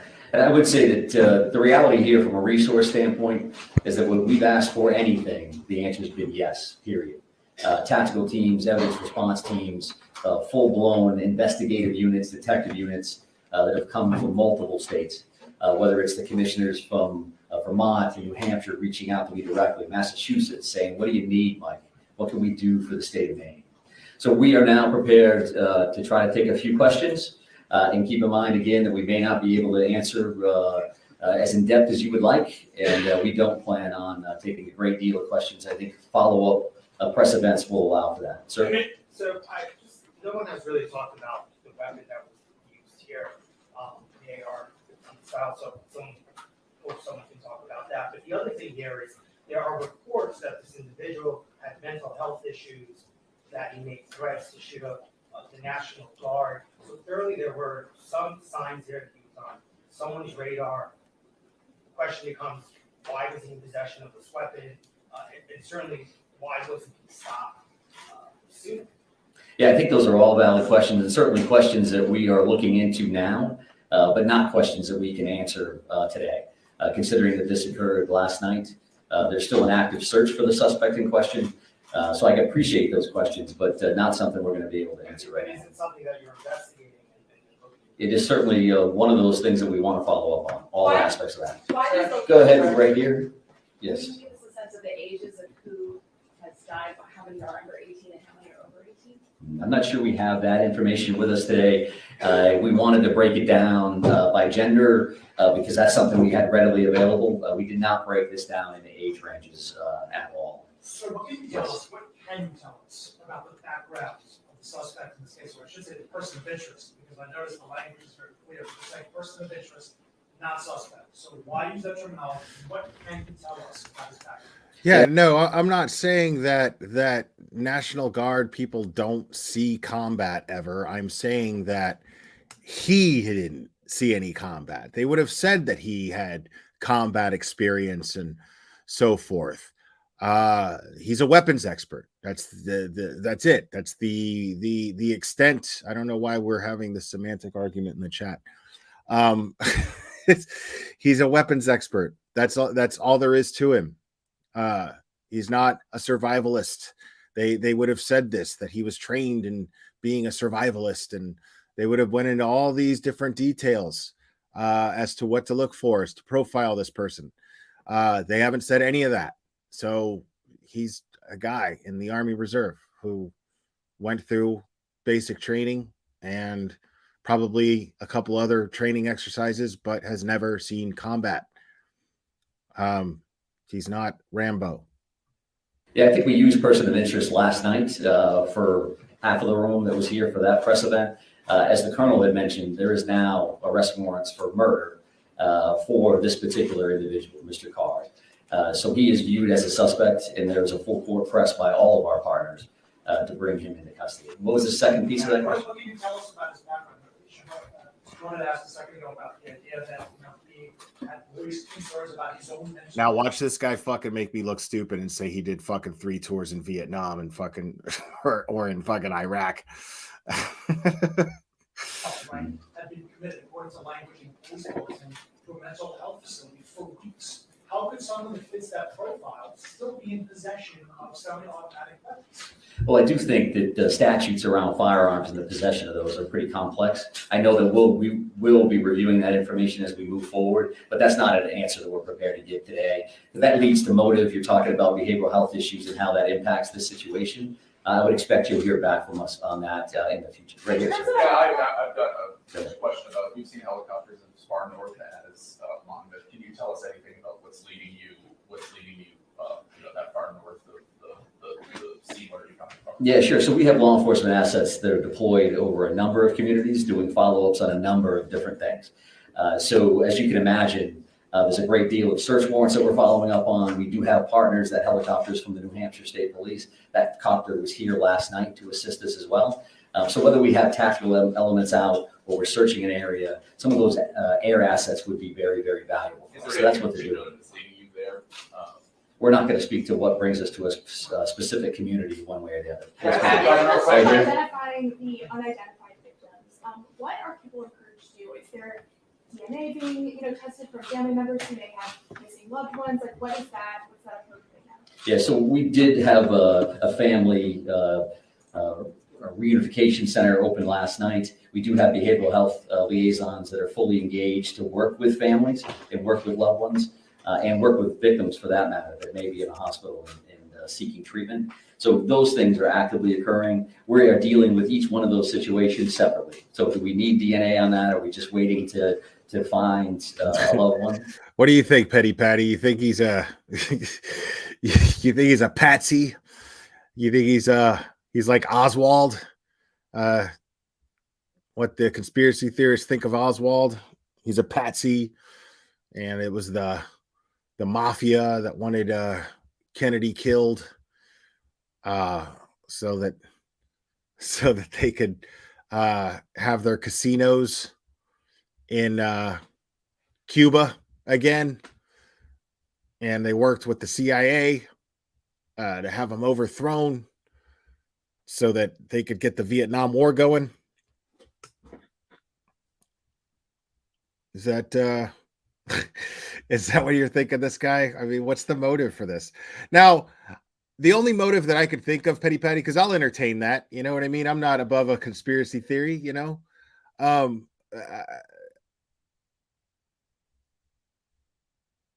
Yeah, well, maybe he lost weight. I don't know.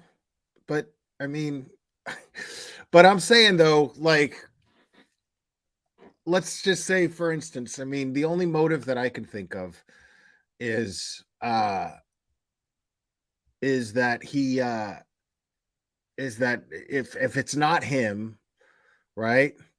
It's just some other asshole who they're just letting go or or covering for uh is politically motivated in order to get people to support gun control, to get the public to scare the public into supporting gun control. That would be, since there's an election coming up, I would think that that would be the most um convenient. Um that would be the most logical motive for them to do that. But I don't know. I'm not ready to go that far.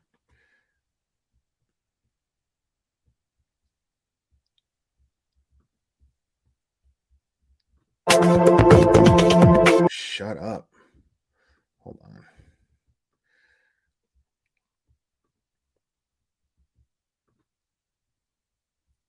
I don't know what else there is, bro.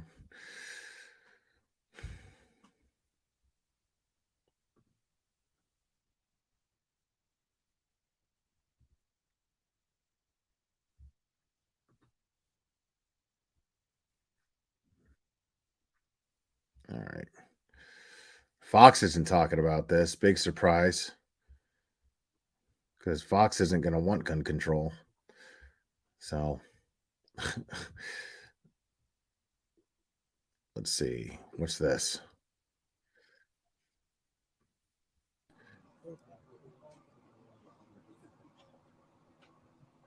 He surrounded a home and searched for suspect. This is live. But I don't know if this is going on right now. But I don't know if this is when they surrounded the home earlier and turned out to not be him.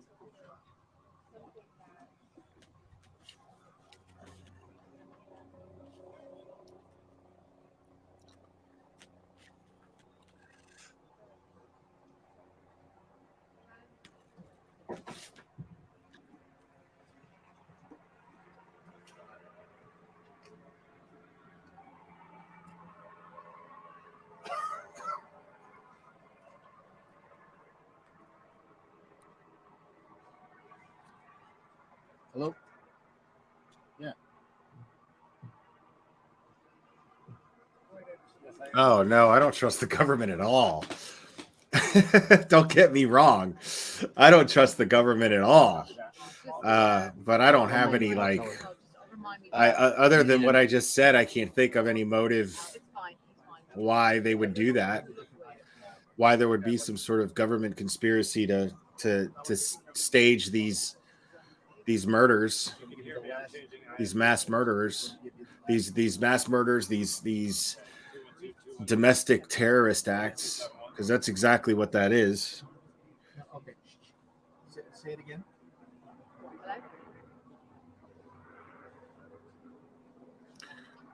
I mean, probably is. It's probably CNN just playing shit over and over again.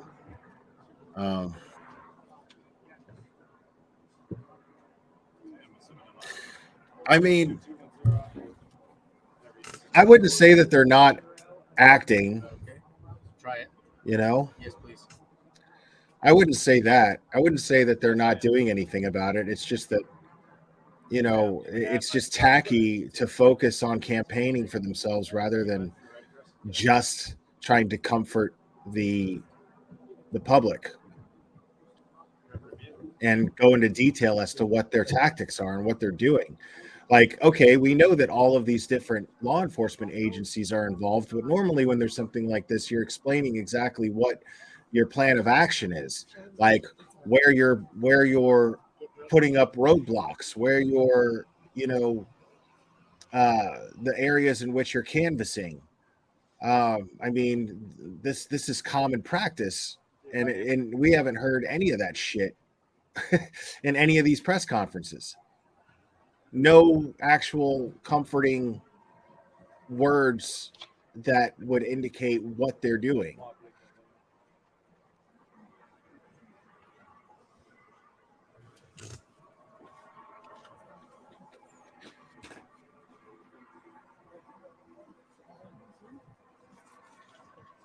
Somebody's in that.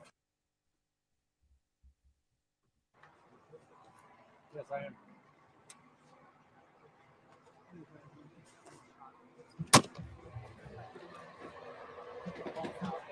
All right. 2 1 2 1 2. Yes, I am. I'm right here. They can hear me, but I'm really loud. Test. Can't really talk much louder than this. Check. It's loud and clear here. Loud and clear over here. Loud and clear. Yeah, shut up. Let me do this, bro. Let's make this more fun. See if anybody wants to do this. So, if anybody wants to call in, you can call in and we'll discuss whatever you want to discuss.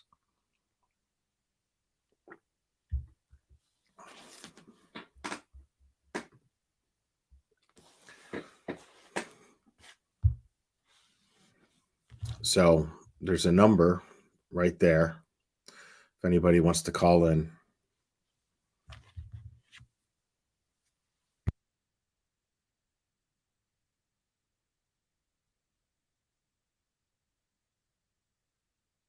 Right. They haven't even given any like like there's no, I mean, are they saying like what kind of equipment they're using? Do they have underwater teams? Do they have boats deployed because this guy supposedly owns a boat and possibly took off on it? I mean, they're not telling us anything like that.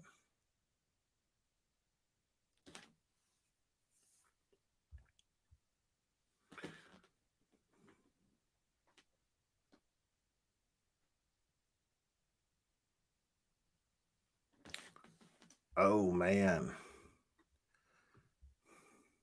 I think we got a super dad. Super dad. I think we got a super dad. Super dad. Super dad. Super dad. Dad. Dad. Dad. Dad. Dad. I think we got a super dad. I think we got a super dad. All right. Thank you, Leah Baker. Yeah, let me see what's up with this.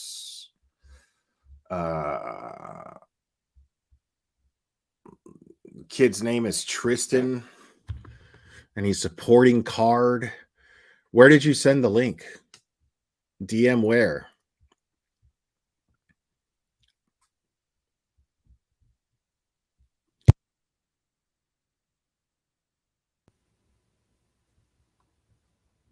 Oh, you like that, Jack Attack? Yeah, the room's pretty split on that. The room's pretty split. Some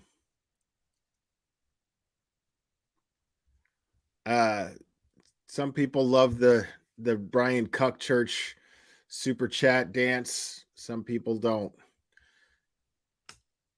Am I going to review BHB's live? I mean, I guess I can. We got some time. I still got a little bit of coffee left. There's not any updates. I guess I'll close the phone lines out. Nobody's calling. Let's see.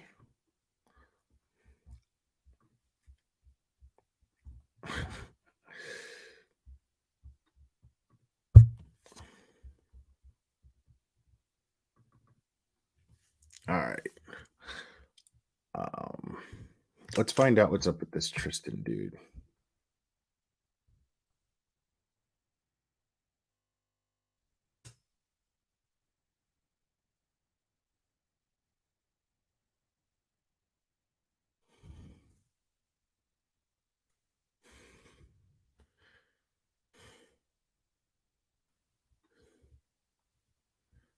I'm not seeing anything.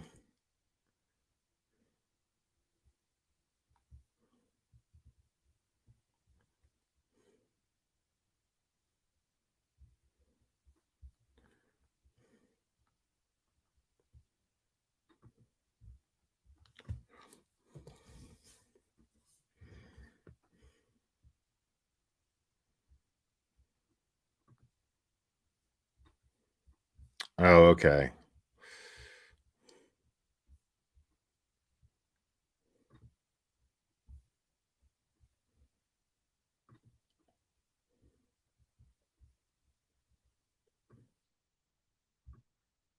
dozens more injured. This individual made several disturbing threats of violence. He talks about targeting liberals for gun violence, driving semi-trucks through crowds, more threats of gun violence, and unaliving Middle Eastern people. And probably the most disturbing part is talking about disemboweling people multiple times. I especially love this comment where he says, "Find me if you can." Challenge accepted. I went through your follow list to match up any of your early followers with who you're following and found this profile. This video on her profile states that she is an animal control officer in a town called Glendale. So I Google her name and Glendale Animal Control and find her LinkedIn, but also a link to this Facebook post by somebody with the same name. I click on her profile.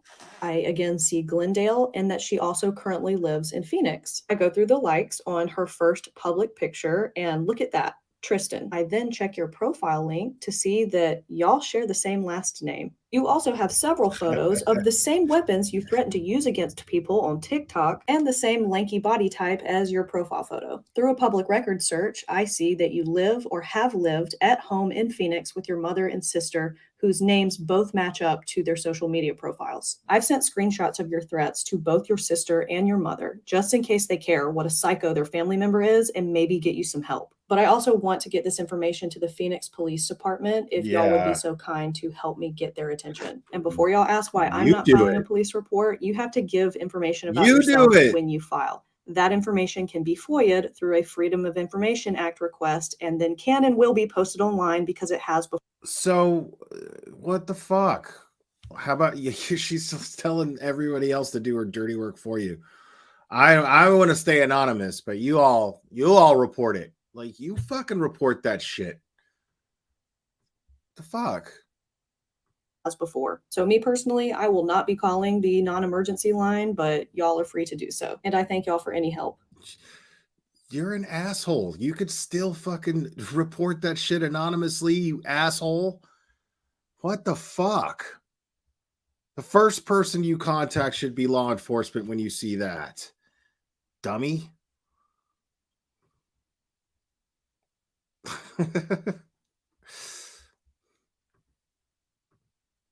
All right. Let's go to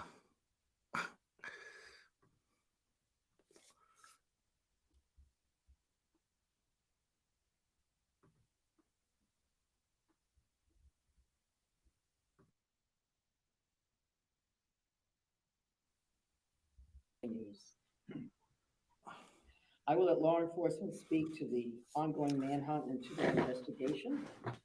That Mr. Card is considered armed and dangerous. all right. And police advise that named people should. We already watched all this. Mentioned earlier that are on the ground in a coordinated effort to apprehend this individual.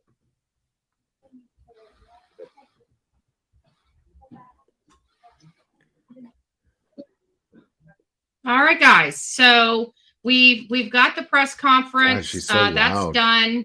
Let me try to get that off before it moves over.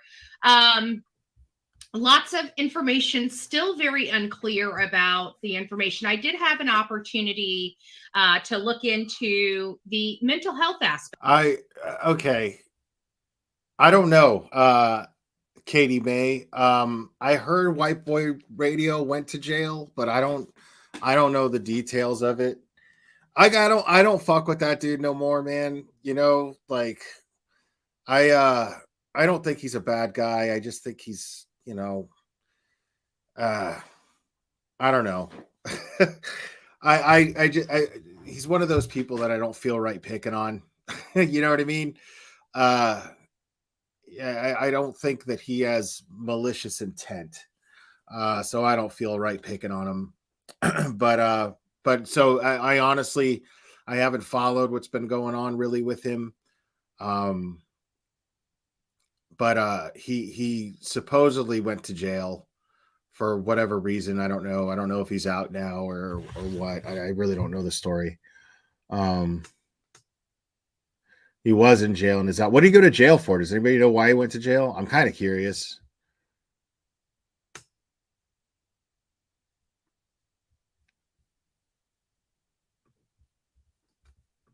Aspect. When we were here earlier. So earlier tonight, Dolly posted in his community he is like, flight leaves at 7:15 a.m. Should I go out to Maine? Should I go out to Lewiston, Maine? Or fucking whatever the fucking city's called. And I was everyone in the comments were like, they were like, no, Dolly, don't. It's too dangerous. Let the professionals handle it. Don't. It's too dangerous. I mean, I commented and I was like, I think you should totally go out there. I mean, listen. Don't ask. If my answers frighten you, don't ask scary questions. Okay. Now, he didn't say nothing back. He just gave it a love, you know, because he totally knew what I meant by that shit. Like, come on, dude. Like, and okay, I've seen Dolly. I've seen him like go live and he put on like some body armor, like a bulletproof vest. Like he's I've seen him do that before, so that's probably what his plan was in the first place. But here's the thing, man. This dude is an expert shooter. You know what I mean? I should have been like, yeah, man, you should totally go and wear bright colors. Just wear bright colors. I mean, because he probably thinks that he's safe because he's got a dude, don't be an idiot, bro. Don't be fucking stupid. This guy's an expert shooter. You're not going to do nothing out there. If you happen to see the guy, you're going to get fucking shot because you don't think he's going to see a little fucking hobbit dude, a fucking 4 foot tall fucking little hobbit with fucking body armor on and not notice the body armor. He's going to fucking shoot you in the fucking head and he's not going to miss. He's going to aim for your head and he's not going to miss. This is an expert shooter. This is a guy who trains people on weaponry. Like, yeah, exactly, Jack. That's all he was doing. He was just fishing for fucking stupid old fucking like beat down by life old ladies fucking collecting fucking disability in their house with nothing better to do than to listen to fucking Dolly all day. And he just wanted to get that attention from them. No, Dolly, please. It's too dangerous. Don't do that. Fuck that shit. Fucking go. Dude, I'll fucking give that video a like. I'll give that video a like. If my man went out there with a fucking loud ass Hawaiian shirt on and some fucking some body armor over it or under it, I'll give that shit a like. I'd absolutely give that shit a like. Fucking idiot. Y'all think I should go out there or what? Earlier, one of the things, because so much information, this is the problem when these cases break. If people are focused on it, like say last night when I was watching JS for Justice, I should have probably been doing some research because when I got up this morning to do that research, there was mountains and mountains and mountains of additional articles. Okay. Oh shit, my bad. So let me double down on what she just said right there. Yes. If you ever listen to JS for Justice, make sure to do your own research. I absolutely agree with her there. Absolutely agree. Betty, you just said something that I agree with. It's amazing. I can't fucking believe that just happened.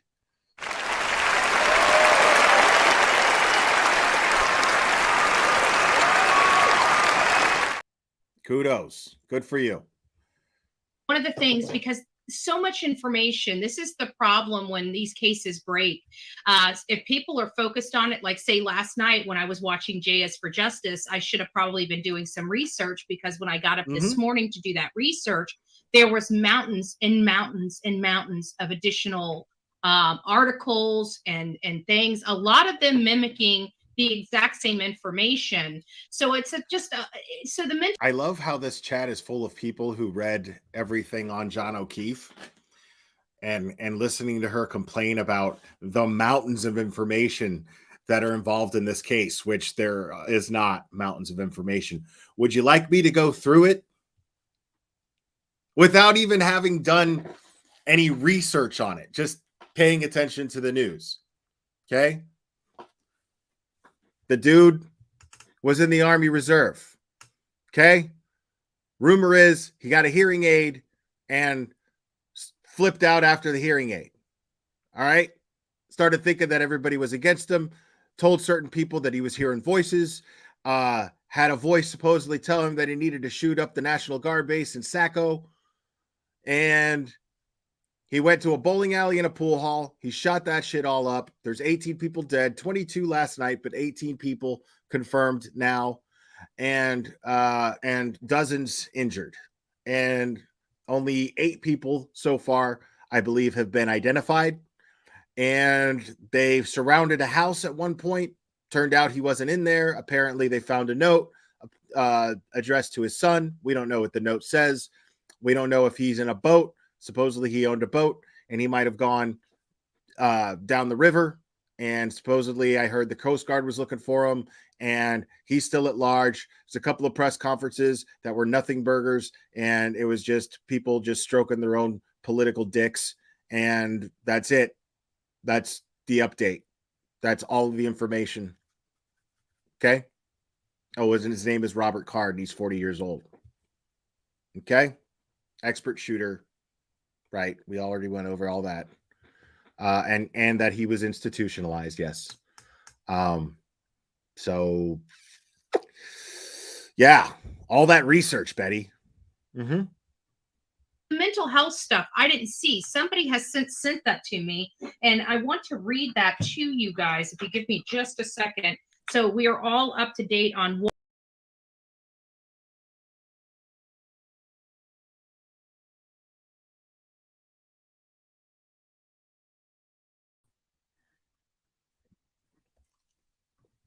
My bad. I believe. Oh crap. I think we have too many things in this thing now. I can't find it. Give me just a second, guys. All right. Hold on. I think it might be this one. We got Betty's brain working here. Hold on. No. Betty's brain's working, folks. Hold up. Okay, here. I think this is it. Yes, this is it. So this is what we had, and this came out. What's today? The 26th. This came out yesterday on the 25th, and we know that this happened. This was going on later in the afternoon, so this would have had to been in the evening that this was most likely released. It says Maine State Police. This is from Maine Information and Analysis Center. It's a government agency. And it says active shooter. Maine State Police is attempting to locate Robert Card. Now, remember, this was yesterday. This is not updated information. This is older information. And anybody that has information related to where Robert Card might be, or if you've seen anything, if anything's suspicious and you were out there, I'm having some internet like a guy issues. with a I do big gun. apologize. If you guys see anything but like anything that is out there, please reach out to those numbers. Obviously, thank God we've got Bullhorn Betty telling us to keep an eye out for a guy with a big gun randomly shooting people. Thank you, Betty. We'll be on the lookout. 911, you can call that, but that's really left for emergencies. So if you have a tip, a legitimate tip, and we talk about that on here all the time, don't be calling in speculation or anything like that. They need coming from you tips. If you're not in the area and you have no information specifically about this case, coming from the person who possibly single-handedly completely fucked up the Summer Wells investigation due to all of the bullshit lies that she spread on her channel and getting people to call the Hawkins County Sheriff's Department and troll them, wasting resources. But now, it's got to be credible tips. You know what I mean? Because a missing child, that's not important. An active shooter takes precedence over a missing child. Of course.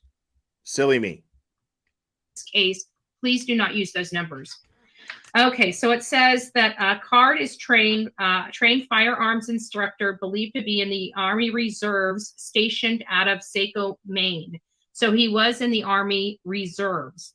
According to law enforcement, Card recently reported. Bro, why does she have her fucking finger like she's reporting in the field? Bro, like, what is going on here? Why does she...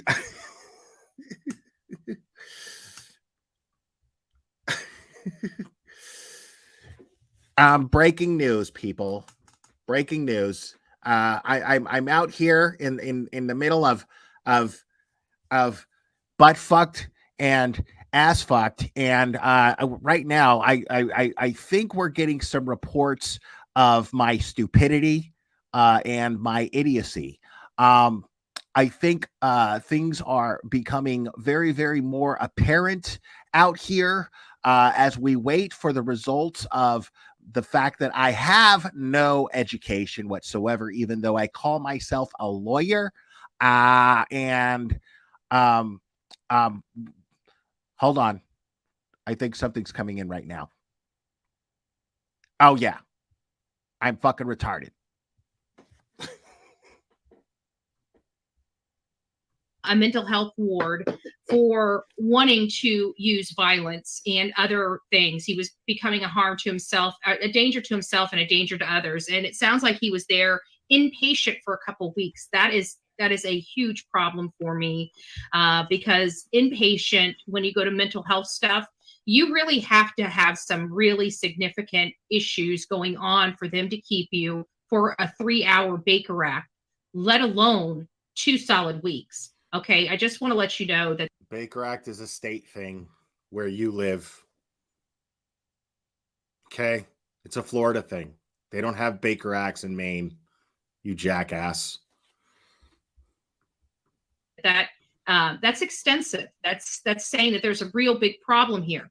A lot of people are assuming, and listen, it's a great assumption. So I'm not knocking the people. I assume it too. I'm not saying that I don't assume this to be true, but we have to also step back. Okay, we're all assuming that this is somehow a mental break or something related to his mental health because he was just recently in a mental hospital. That may or may not be true. Wow. We're assuming. That's an assumption we're making, a good assumption based on good. That's some fucking sleuthing right there. Well, based on the fact that he was reportedly hearing voices and spent 2 weeks in a mental health institution, I think we can assume, maybe, I don't know if it's a safe assumption. It sounds like a safe assumption that he had a mental breakdown. Wow. Betty. I mean, when those wheels get turning, woo, you're burning rubber, girl. Wow. Good, relevant information in recent timing. So that's what's leading most of us to believe that this is most likely a mental health break. But there's something that created that mental health break, and I really believe it's a financial matter. I think there's a major financial matter. There's something that has to do with military as well. There's something that he's angry with the military because he at first wasn't going to shoot up the where was it? The bowling alley, and what was the other one? It's a fucking pool hall. It was a did bar. I write it down? I know it's in one of our reports, but Please try to pronounce that word. I mean, I can't pronounce it, but I just want to hear her try to pronounce what that pool hall's name is. the was it a restaurant or a bar or something? But he was at one, and then he went over to the bowling alley. They have not released how many children. I have to be honest with you. I did hear personally that there were underage. Yes, it's 72 kids hours. Yeah, that were part of the. Now, that's just what I'm hearing. It doesn't mean that it's true. Okay, I want to make sure that I tell you when I hear something, I'm saying that that's what I'm hearing. There's no corroboration. Otherwise, I would say a statement of fact. That's not a statement of fact. So I'm hearing that there were children among the victims. I don't think they're prepared to deal with the questions that are going to come related to the children. I think that's why they decided to go with the male and female. He gave you a different answer. He gave you a bedside manner answer, but I think that's the reason why. I don't think they're prepared to tell us the true gravity of the victims. I think it's going to be something that's going to be pretty hard for us to swallow, because I did hear that I didn't hear that it was all or a lot. I just heard that there were underage among the victims. And that's the way it was said to me too, among the victims. So that, I mean, that could mean anything. It doesn't necessarily mean they're the victims that are not making it home to their families. That's what I heard. That was the exact words and verbatim that I heard, that children were among the victims. So take that for what you will. What else do we have going on? Okay. Hey, stupid. Shut up, anyhow. Hey, stupid. At no point was it ever confirmed that children were among the victims. Can't make that assumption. I mean, oh my God. Betty, what are you doing? Can you hold it? Don't do it, Betty. Don't do it, Betty. Can you hold it? Oh, God damn it. Betty, Jesus Christ, Betty. Oh my God, Betty, stop it. That is disgusting. Oh my God. Going on here. So I was taking notes here, and we always caution anybody that's ever seen on this channel as a suspect or person of interest, it is without saying you are to treat them like a rattlesnake. We will never ask you to ever approach anybody that is seen on our show as a suspect or person of interest. So we'll naturally say, do not approach this man. If you see him, get yourself in a safe place and call 911 or call one of the numbers that have been provided, which is 207-213-9526 Unless you're Dolly. or 207-509-9002. That's the best way to send legitimate tips. Those are tips that you have firsthand knowledge or secondhand knowledge of. Okay, if Aunt Millie told you a story down the road that they saw so and so at so and so's house, you try to have Aunt Millie call. But if Aunt Millie's refusing to call, you make the call for Aunt Millie.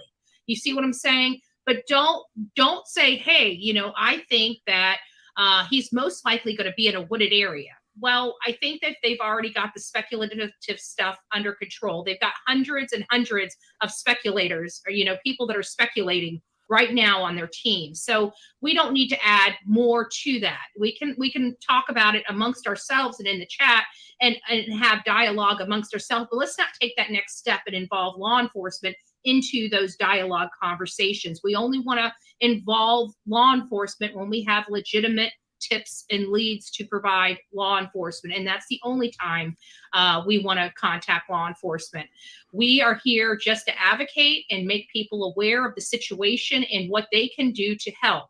If you are in this area in Maine, what you can do to help your community, this is it. This is the secret sauce for you guys in Maine. Are you ready? Shelter in place. Lock your door. Okay? Cook a meal. Don't put somebody else in jeopardy. Don't put the pizza man in jeopardy because you don't feel like cooking tonight. If you need to go out to the store, go to the store, get your food. If you don't know how to cook, get yourself a frozen dinner. Spend a little extra buck and get yourself the really good. Don't let Betty cook it for you though, because if you saw her cooking, woof. Good frozen dinner, okay? Or if you have a family, buy yourself a frozen lasagna. Don't put somebody else in harm's way because you don't feel like cooking. But take care of yourself, lock your door, shelter in place, and please, please, please stay off the streets. Every time you get on the streets in an active situation like this, you're putting yourself in danger, you're putting your family in danger, and you're giving them that opportunity to get further away and out of the grasp of law enforcement. So anybody in this area, Okay, anybody in Lewiston, anybody in Lisbon, anybody in those surrounding areas, please just do your community a favor. I know it kind of sucks, but make it fun for the kids, right? Make it a slumber party. Let's find things to make it not feel like you're sheltering in place. I know that children need to get out, they need to get air, they need to find ways to get some. Bro, what the fuck? You know this ain't 1987, right? Like, kids are fucking buried, their faces are buried into fucking iPads playing fucking stupid games. That's what they're doing. They're playing video games. They're not out playing, bro. Like, what fucking planet are you living on? What fucking wormhole did you just fucking go through? Get some of that energy out, because we all know children that have pent up energy, good Lord, right? We're ready to pop their heads. Find ways to keep them active. Set up some games inside that house. You know what? We don't allow our children to run in the Hey, Kathy Bates here doesn't have any kids, by the way, but you know, let's listen to her parenting advice. house, but we do today, right? We do today because today is a special day for our kids to have fun, right? We're going to do something we'll never do again just for today. It's going to be great, right? So we are going to make things fun for our children inside our homes. We're not going to be ordering food to be delivered to our homes. If we need to go out, make your list, go out, get your stuff, and get back. If there's nothing open, Bro, time for listen. For somebody who's a Trump supporter, like, I mean, she's definitely not sounding like one. I'm not a Trump supporter. I mean, I'm not a Biden supporter either, but like, listen, if the delivery guy, okay, and if the delivery guy's got bills, or the delivery girls got bills, and they're like, fuck a shooter, I need to make money, and I'm hungry and I'm not trying to leave the house, that shit's on them if I order food. You know what I'm saying? Like, if the place is open and that dude wants to work, because no boss is going to be like, hey, listen, I'm going to stay open. And if you want to keep your job, I don't care that there's an active shooter out there. If you want to keep your job, you got to come into work. That's not how that happens. Especially not in this day and age where everybody's suing everybody, especially that this hearing that shit from this person, you know, like, who just loves to file frivolous lawsuits. This person sitting here saying, you know, don't order food, cook at home. I mean, like, what if that dude is like fucking active shooter, right? Because you know that boss is going to be like, listen, I'm going to stay open because I need to keep the lights on. All right. But I'm not making anybody work. Because that's any job I've ever had, wherever there was a fucking storm or something dangerous going on, they'd say either we're closed or I'm staying open. Anybody who wants to work, you can. No pressure, though. I'm not saying that you have to come in, and I'm not saying that there's going to be any retaliation if you don't come into work. You have the option. I'm going to be open. And if you got bills that you got to take care of, and you're not worried about what's going on out there, then go make your money. I'll be open.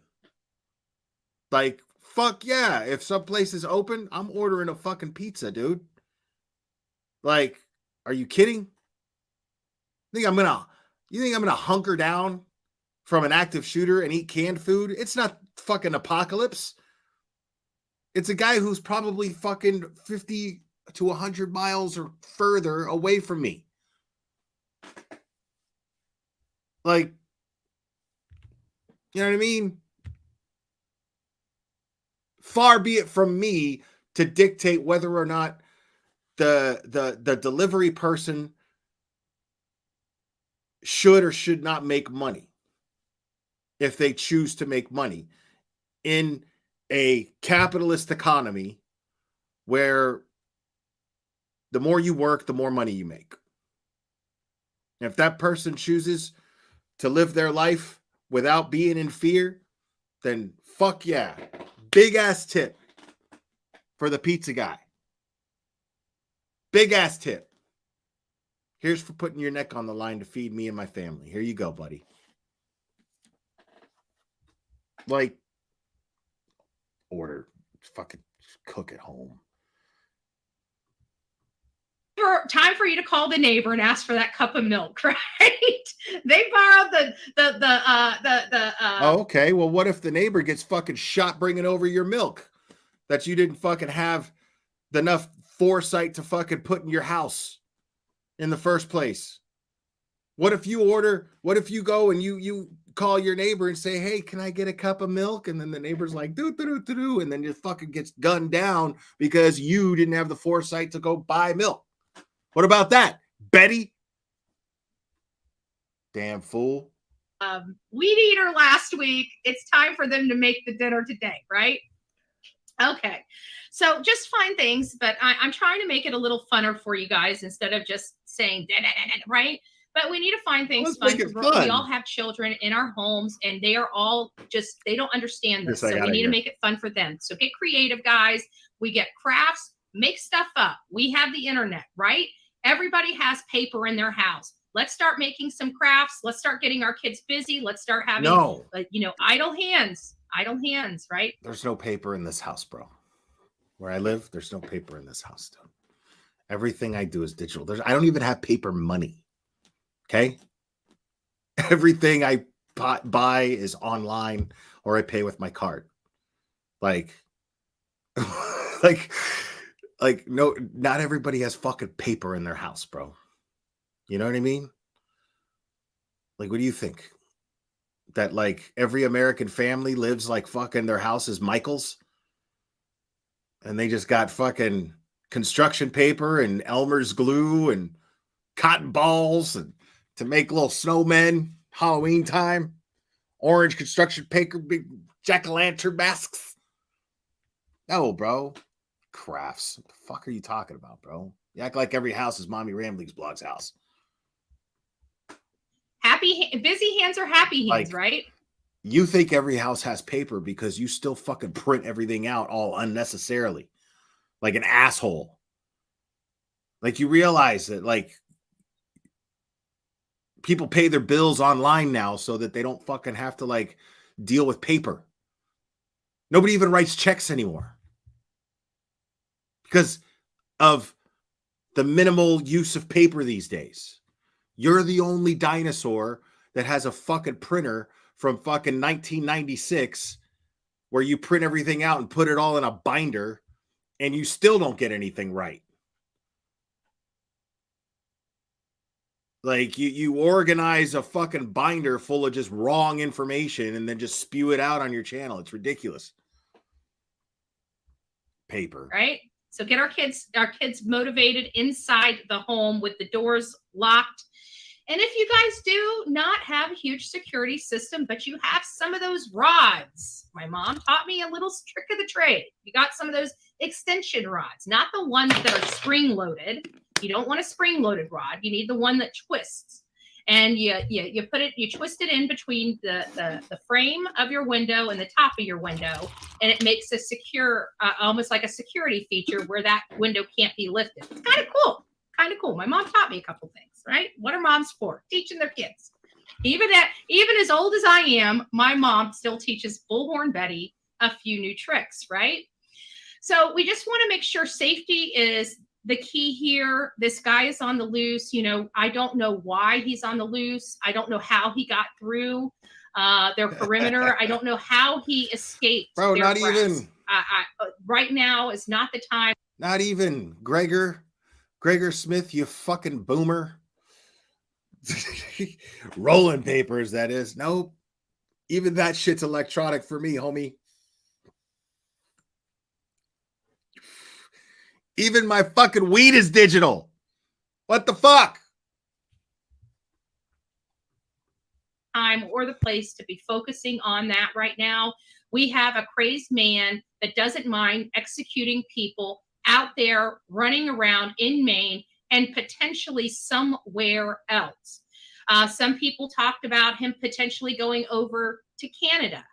That's a possibility as well. Some have, that is Maine is there's areas. If you're from Maine and it's like here, I'm from this area. I know there's a lot of secret places after you living here my entire life. I don't know about, but I know about some, right? He may know about some places in Maine that nobody else does. Like, for example, when we were out there after Brian Laundrie was found, we were out there trying to, no, actually, I think it was before. Was it before he was found? I think it was before. I can't remember. I have to go back and look at the date time on the trip. But we ended up finding an abandoned cabin. I know some people were talking about abandoned cabins early this morning, and it brought that back. Remember that time we were hunting for Brian Laundrie, and we were trying to find out where he could possibly stay, and we came across, listen to this, a cabin in the woods. It was dilapidated. It had holes in the floor. You don't think the cops are fucking, dude? You got every single law enforcement agency, like every federal agency and anything statewide in Maine, and every federal agency working on finding this guy right now. Why are you talking about abandoned cabins like as if that's not something that's going to stick out, that they're not going to fucking go and raid and look into? If it's an abandoned cabin, then it belongs to nobody. It's fair game. They're fucking hitting every single one of those things that there is right now. Guaranteed. Like, why are you talking about abandoned cabins that, like, they're like law enforcement sitting around going, well, shit. What if he went into an abandoned cabin? Well, let's just pray that's not the case. Because if he did that, then he's gone. Afraid we missed him. Stevenson, get on the horn. Find out what cabins have been abandoned. Well, fuck. Well, what I didn't realize, Stevenson, is abandoned cabins are cloaked with invisibility. And if he ends up getting to one of those, I'm afraid we missed him. Let's just pray that's not the case. Fuck is this lady thinking, dude? What is going through her fucking head when she talks?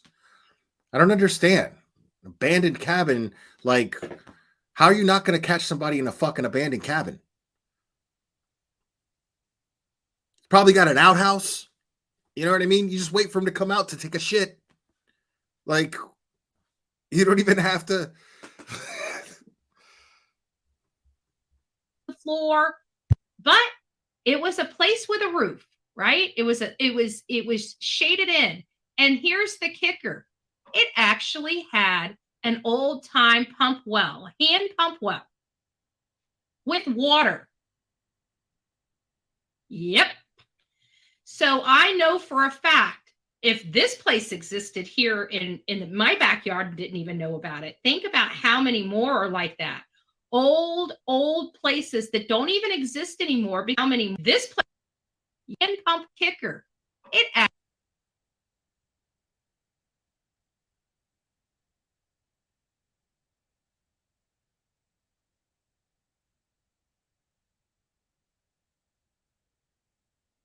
actually had an old time pump well, hand pump well with water. Yep. So I know for a fact, if this place existed here in my backyard, didn't even know about it. Think about how many more are like that. Old places that don't even exist anymore because they were from settlements from years and years, generations, decades. Like, it could have been, that house could have been there for, I don't know, since the 1800s for all I know. It looked like it was from the 1800s. I got to tell you, the stove and the refrigerator, I almost wanted to take because, they're antiques, right? I had never seen a refrigerator like that in my life. What the fuck is she even talking about at this point? So it was old. It was old. So there, I can guarantee, and Maine is old. Like, their houses are much older. It's just beautiful there. I love their homes. I got to be honest with you. I almost moved to Maine. when I was once upon a time back in my 20s when I wanted to run away from home. I'm like, where can I go? I just want to go as far away as I can from this place. They had houses, like I could get a house for like $10,000 there. I'm like, I'm on the road. I'm going. So, anyways, guys, I just wanted to give you guys an update, but here's some of the information that we did get. That's no update. He would not talk about the weapon that was used. We have to remember that this guy is military, so we have to think that he had access to military weapons. Not only that, but he probably had a license to have weapons that we as the public aren't licensed to have. Military, some military levels, even when you retire, you're allowed to maintain certain weapons that you have been Like, it's like, how does somebody top themselves constantly with more stupidity? Like, this was stupid, man, but I could go for big air and say something even more stupid. Like, what are you talking about? This guy's not a fucking this guy's not a fucking contractor. What are you talking about? This guy is, you think this guy could just roll up into a fucking gun locker at the base and just be like, hey, taking all of these guns. Okay. Go ahead and take these. Hey man, no problem. Dude's doing a crossword puzzle and shit. No signature, no nothing. Just, he could just, hey, he has access. He's got clearance to just take semi-automatic weapons. Like, what are you talking about? That's not a thing. You have to assume that he has access to weapons that the rest of us don't. No, bro. They don't have a red flag law in Maine. He was just able to get a fucking gun, dude. Like, it's easy. This is America. Like, you're the one that's always fucking yelling all this right-wing shit, and you don't fucking know that this is fucking America, dude. Like, if you want to get a gun, you're going to get a fucking gun. You don't have to be army. And what fucking difference does it make? Because if you're going to get a gun, you're going to get a gun. If you're planning to do some fucked up shit like this, like, you are absolutely going to get the weapon that you need. If a fucking 16-year-old disgruntled kid who fucking decides to wear a trench coat can get a hold of these things, what the fuck do you think this guy can do? All you got to do is take a drive to a gun show. That's it. Oh, look, a gun show. I see a billboard for a gun show. That's it. Any fucking buddy can do that.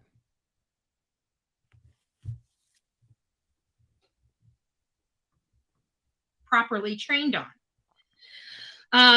They say to call 911, do proper. You're allowed to maintain certain weapons that you have been properly trained on. They say to call 911, do not approach. They said that this is a simultaneous investigation with an active search investigation. So as they're doing the crime scene investigation, they have teams that are doing the actual search for Robert Card. They didn't go over the weapons. They said that the one guy asked very good questions. I think questions that we all really had about this, with him being at the hospital and being there for 2 weeks, why did he and how could he have had access to guns, especially since he had already previously spoke of hearing voices and wanting to shoot up that army base? Maybe he already had a gun. Maybe he knew somebody who had that gun and stole it from him. I mean, we still don't even know how he got the gun. We still don't even know. So she's just assuming that he walked into a fucking gun store and bought a gun. Like, no. I mean, we don't know that. He might have, because if she bothered to answer, to even take a second to answer her own question, because here she is asking this question out loud, saying, how could he have been able to do that? Well, you Google whether or not there are red flag laws in Maine. You Google whether or not it's legal for a person with mental health background, with a mental health with a mental, I don't want to say mental health background because it sounds like he's a mental health professional, but somebody with a history of mental health problems. I mean, you Google if that person can buy a gun legally in Maine. It's real easy. You just do it. I do it all the time when I'm live. I do it all the time. People will wait a second. It's cool because there's a lot of people in the chat that want to know the same thing. They're asking themselves the same thing. Why don't you provide them with the information? Google is your friend. It's okay. I mean, what the fuck? That he was a reservist for. He was in the Army Reserves. Reservist. And we just recently heard he retired, and I'm wondering if maybe something went on at that Army where they pushed him out and said, basically you either need to retire or we're going to discharge you. Why would you jump to that and because conclusion? he had, and sometimes when you've been there for That's a really long specific. time, they, believe it or not, whether it's on paper or not, they do provide those types of courtesies. Whether it's allowed or not, it doesn't matter. I don't care. I've seen it myself. I know it exists. There's no ifs, ands, or buts about it. I know it happens. They give them an opportunity to keep all of their benefits and do it the right way. Or I mean, how it's almost ignorant to not assume that a guy with that much weapons training had his own collection of weapons. Someone who is actually, I don't know, an enthusiast. I mean, he is a fucking expert. Gee, you know what? I'm a guitar teacher, and I'm an expert at playing guitar. But you know what? I don't need one till later. Till after I quit playing guitar. Then I'm going to go out and buy one. How much sense does that make?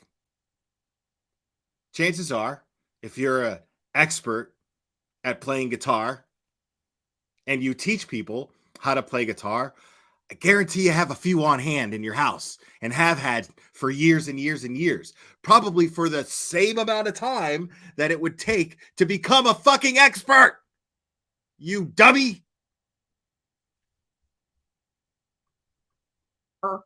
Fight them on it and lose everything is basically how the conversation goes. So he was in there. We know he had a mental health problem. One thing they didn't talk about, because they wouldn't talk anything about motive, is the financial stuff. I uncovered some financial stuff, guys, and it didn't look very good. And it comes right on the heels. Listen to this. This should be great. So we're hearing that he retired. Now, I don't know if he retired. I don't know the situation on how he is now no longer part of the Army or when that happened. He may have been a 20-year person 3 years ago. And I don't know. It's very unclear about that. And I don't want to. What's the financial stuff? That's career stuff. That's job history. That's not financial. I mean, can you at least tell us how much did you research how much somebody in the Army Reserves might make? What their pension might be? I mean, if you want to talk financials, then that would be the research that you're claiming that you have done here. But I'm betting, even though I have not listened to this yet, I'm betting that she doesn't go into any of that. Speculate on that aspect, but what we do know is that he was having some financial problems as soon as July, and we're hearing that he was in the hospital for several weeks in September. So it really sounds like whatever happened triggered this financial thing. So I'm trying to think of how this would play What out, and I financial don't know thing? if I'm even What's the even financial close or thing? right on the money, but That it he almost retired? seems like maybe he was Probably with forced out of the benefits? army, which caused this whole financial Forced out issue of the because they get army? money being a reservist, a monthly stipend. So I'm wondering if that caused this horrible financial wave to hit him very quickly, and which had him. Okay, you either get honorably discharged, or you get dishonorably discharged, or you get retirement. Retirement generally comes with benefits, comes with a pension and benefits. Okay, now I don't know exactly how it works, but I know that that's what it means to be retired in when it comes to things like law enforcement, the military. So, what financial problems are you talking about? Are you conjuring up here? Where are you getting that he had financial problems? What financial problems? What were his financial problems? We're waiting for you to tell us. Had him spin out of control. Maybe he had some underlying mental health stuff that was kind of, underlying and didn't really rear its ugly head until this major stressor came on, or maybe a few major stressors where it felt like his life was going to shambles, and it might have triggered a psychotic episode, which led him to the 2 weeks at the mental facility, and now we're here.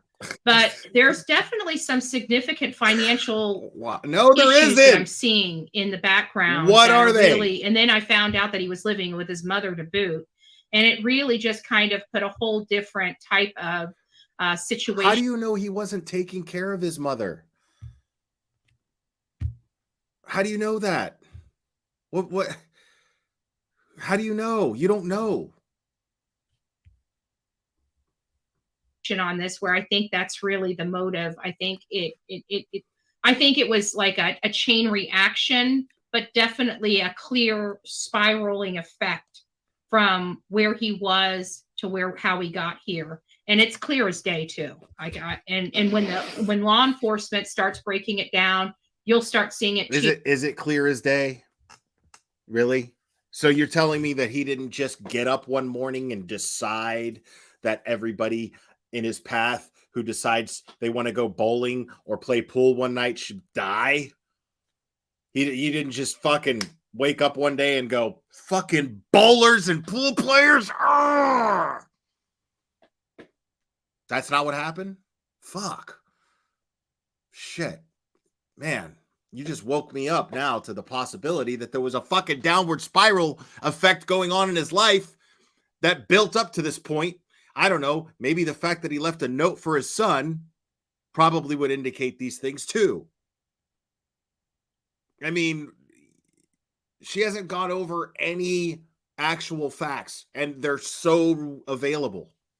They're so available. It started happening, and just gradually, they knew that he was capable of this, and they who knew? It's so hard in these situations, when things like this happen. It's so easy for people like me and people like you to sit up here and say, well, they would have just did this, or if they would have just done that. It's so easy, but we also have to think of that's for this particular scenario. What about the next person? For example, if we were to say that anybody that had mental health problems could no longer own weapons, right? If you have any type of mental health issues, you can no longer possess a weapon. Let me ask you, who would then go to a doctor to get help? Because some people, especially people out in the country, their guns, their life. If they can't go out and hunt deer or. Okay, stop. So according to you, your theory is that if people who were diagnosed with mental health issues could not get guns, they wouldn't go and seek therapy or mental help. That's what you're saying. That's because let me. I I got to hear that one more time because I can't believe my fucking ears. Hold on. Let me ask you, who would then go to a doctor to get help? Because some people, especially people out in the country, their guns, their life. If they can't go out and hunt deer or, turkey, they have no purpose. So we've got to, you can't just eradicate guns altogether, because at the end of the day, people do need them for protection, not just protection from one another. We're thinking most of the people that want these. And do you think it's even possible to eradicate guns altogether? Because I could tell you right now, it's not. There's always going to be guns out there, even if they stopped making them right now. How many guns would be out there? They're just going to eradicate them, huh? That's okay. I mean, shit. They haven't. That's a hell of a fucking concept right there. I mean, they made cocaine illegal, and they haven't just eradicated cocaine. They haven't eradicated heroin. I mean, what in the hell?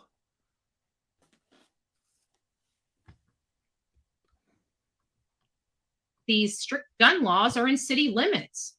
They don't even know what country life is. They don't even know what it's like to look at a grizzly bear. When those city folks have to look at a grizzly bear that's ready to maul you, then you can talk to me about how we don't need guns. Right? I'm sorry. Oh my God, it's the truth. Oh my God. Most of these people have never seen a wild animal in the wild in their life, and they just don't understand why country folks are so about their guns. They must be some pretty hostile people in the wild west. It's not like that. We have different threats. We just do. Now, granted, some of them are more leisure, like the deer hunting, the turkey hunting, and stuff like that. But that is also some of those farmers' livelihoods. Farmers' so, livelihood and is a some gun. small businesses' livelihoods, being able to shit. go out there and hunt your fresh turkey. Can you imagine that on having a private person making literally farm to table turkey? It's like almost like Honey Baked, but better, because they went out, got it, cleaned it, cooked it, and all you had to do was pick it up, serve it. That'd be awesome. That's awesome, baby. There's no preservatives or stabilizers in that food. That's chemical free, baby. You know me. I love chemical free stuff. His mental health. Yeah, his mental health is definitely this is what and we kind of touched on it a little bit. I'm wondering, there are true mental health issues out there. And I really don't know if, I don't know, say. You don't know. Doctors, a lot of this is theory-based medicine when it comes to psychology and your brain, because nobody really understands the brain 100%, because nobody can use the brain 100%. So just by that standard alone, there is not one person in this world that, as we speak right now, that understands the brain 100%. Because how can you understand something you've never used 100% of? You don't understand the true capabilities of it. It's big, it's fantastic, it does a lot of magical things. We know we only use a small portion of what our brain is absolutely capable of. But everything when it comes to that is theory-based. It's theory-based. And that's scary stuff. And I keep wondering, what is all this pharmaceutical stuff that we're given us from? I mean, literally, when I had my shots to shut up. The notion that a person uses only 10% of their brain is a myth. fMRI scans show that even simple activities require almost all of the brain to be active. While there is still a lot to learn about the brain, researchers continue to fill in the gaps between fact and fiction.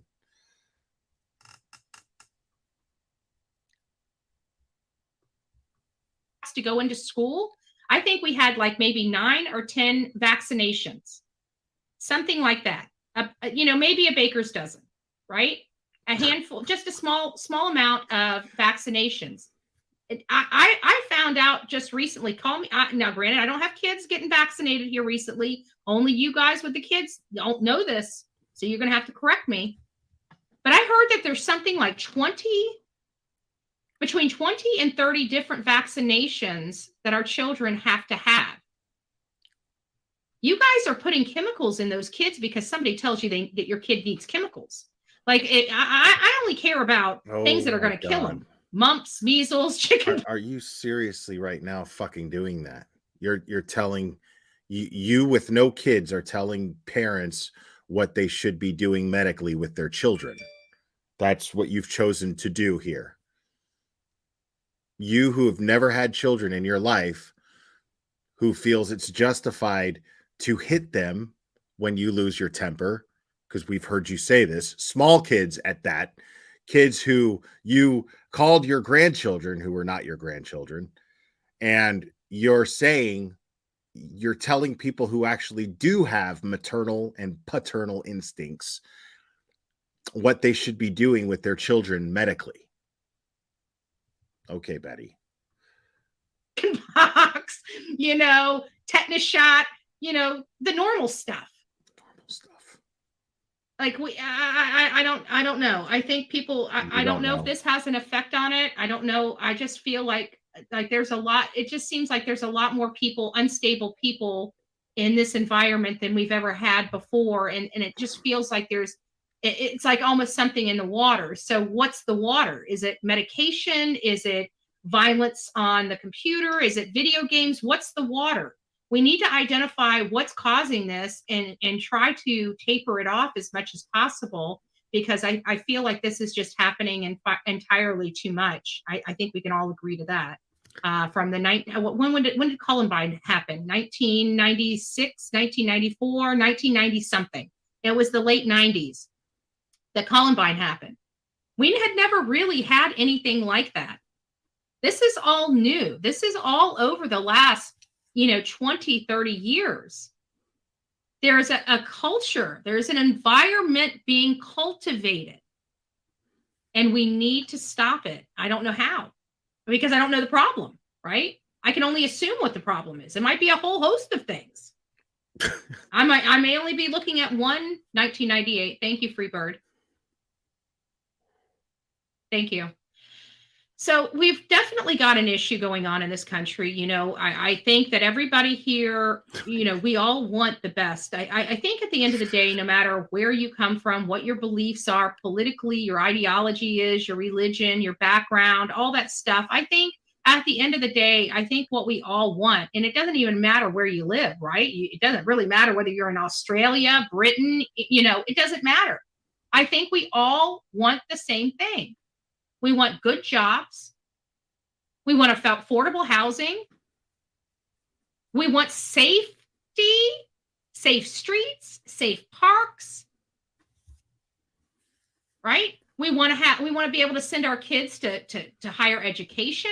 We want stripes. We just want to be able to go to work and do a little more than make ends meet. We want to complain and make a living doing it. And we want to have a little more protection than just good enough when it comes to our family and our communities.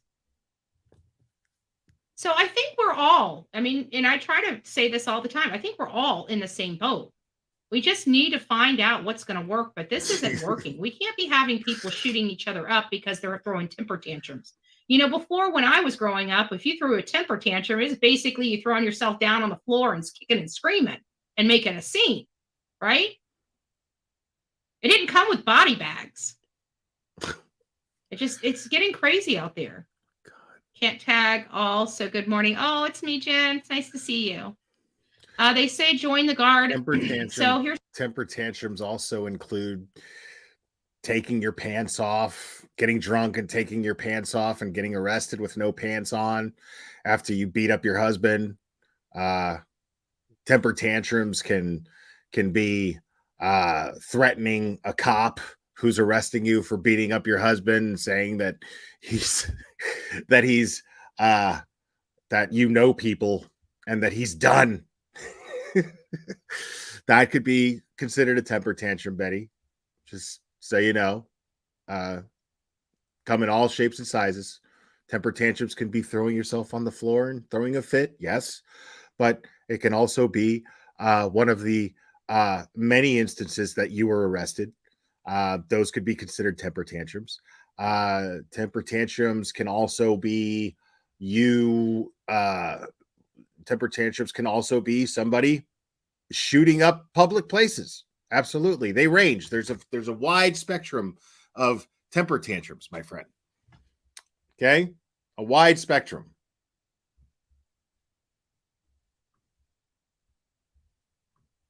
here's some information. I'm gonna go back up and see if I can read some more information. They said join the guard in 2002. Never saw development or never saw deployment, which was big time with a war. May have had issues with military all along. Yeah, that is interesting. Yeah, it is interesting. Yeah, if he served for 20 years and hasn't had any wartime under his belt, it does make you feel like even the military must have known he wasn't a ripe apple. No, it doesn't. Interesting. What? Too many people telling us what. In 2002, never saw development or never saw deployment, which was big time with a war. May have had issues with military all along. Yeah, that is interesting. Yeah, it is interesting. Yeah, if he served for 20 years and hasn't had you're perpetuating any a rumor wartime under his belt, it does make you feel like even the military must have known he wasn't a ripe apple. Interesting. Or the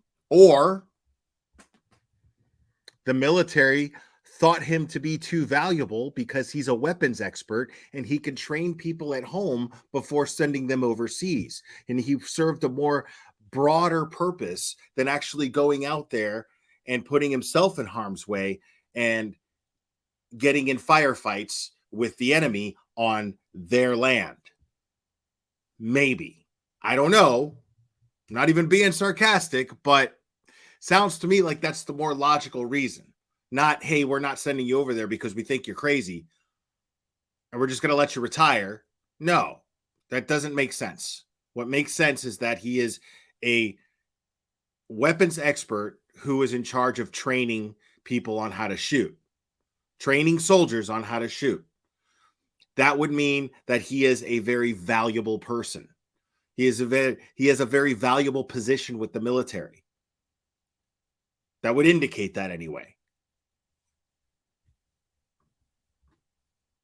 Too many people telling us what we have to do. That's true. Yeah, I get it. I get it. We do. We have entirely too many people. Actually, I think that's what creates a lot of this hostility between people, right? Because it's always a competition. In everything we do. You spent the first half of this live stream telling everybody what to do. It's always a competition. Who's right? Who's wrong?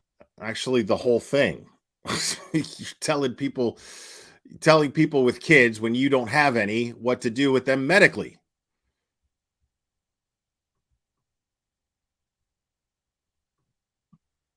Who has more? Who has less? Who's prettier? Who's uglier? Who's thinner? Who's fatter? Who has a bigger bank account? Who does? Right? It's always a competition. It's always a competition. I don't know if it's the best. I don't know what to say. He seems like he was a hothead. He probably, it obviously was. I mean, you can kind of get that vibe off of him just by taking a picture of his, seeing a picture of this man. You mean a mugshot? You get the vibe that he could be an angry person by looking at his mugshot, you mean?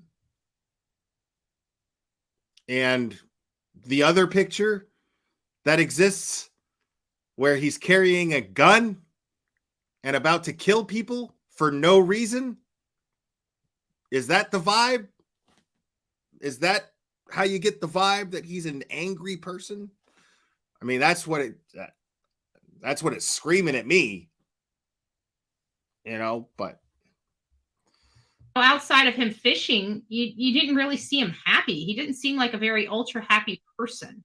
He seemed like a miserable person to be around. And I could be wrong about that. I don't know the guy. I'm just, but it seemed like the only time I saw him smiling, bro, was when he was out, outdoors. I don't know. We'll keep you guys updated on the Bullhorn Betty channel about this. I'm just been monitoring it. I actually wasn't even going to go live with the press conference, but I was watching another channel. They were talking about something else, and I saw the press conference start. I'm like, oh, what the heck? If I'm pulling it up and have to watch it, I might as well watch it with you guys. So anyways, I just wanted to tell you guys, thank you for being here. I love each and every one of you. God bless. Go make it a great Thursday. Don't forget to be kind to somebody. Do an act of kindness for a perfect stranger. In this day and age, we need to be a little kinder out there to our fellow man, right? Love thy neighbor, folks. Love thy neighbor. When did we get away from that? When did we get away from love thy neighbor to, hey, let's shoot up the entire town, So let's show kindness. Let's put an end to the hate by doing an act of kindness for a perfect stranger. And it doesn't have to be much. You know what an act of kindness is? who's on Stopping camera the car and letting spitting on somebody cross people. the road. It doesn't even cost you a freaking thing. Don't be an a-hole. Doesn't cost you a thing, right? Put a smile on your face, right? Wow. Doesn't cost you a thing, right? Don't forget I can't even remember my own damn punchline. I'm not even going to do it. I'm done. You guys have a great day. God bless. Welcome to the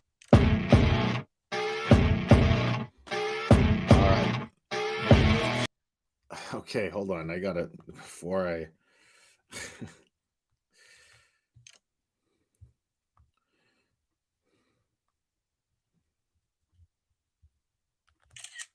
All right, hold on. I'm setting something up here.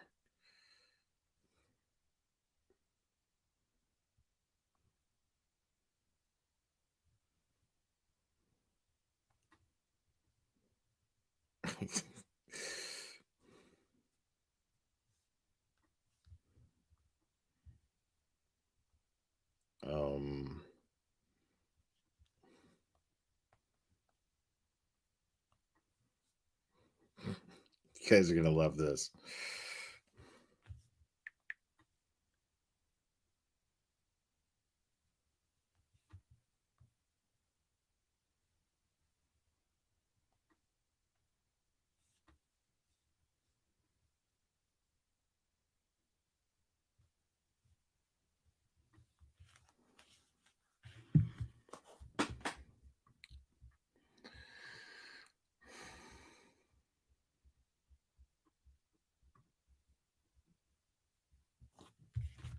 Oh wait, it didn't send.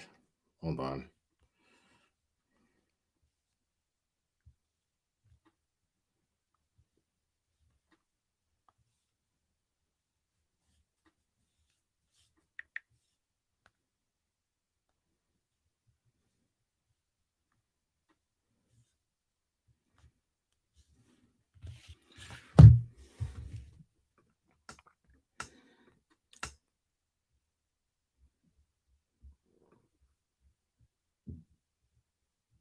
There we go.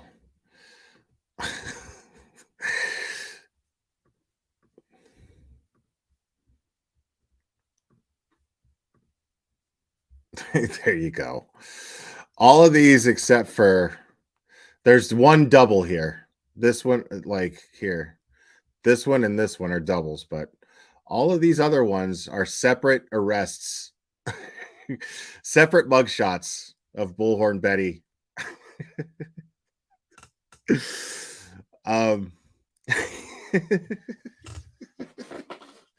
So in case you were wondering who was talking about how someone's picture might give them a bad vibe. Somebody who kind of comes off like an angry person.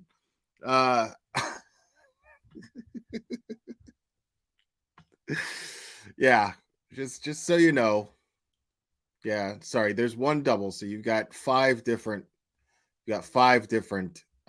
mug shots, and that's not even all her arrests. Those are the only ones that the mug shots are available. Like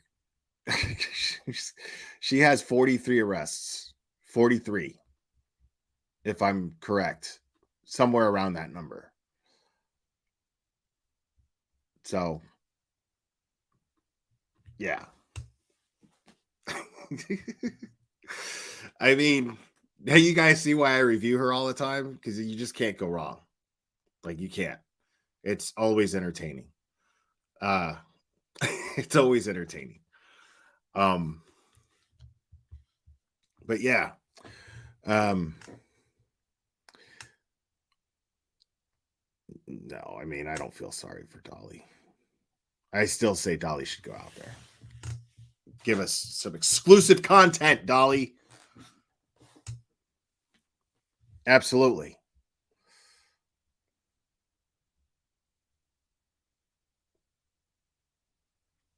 There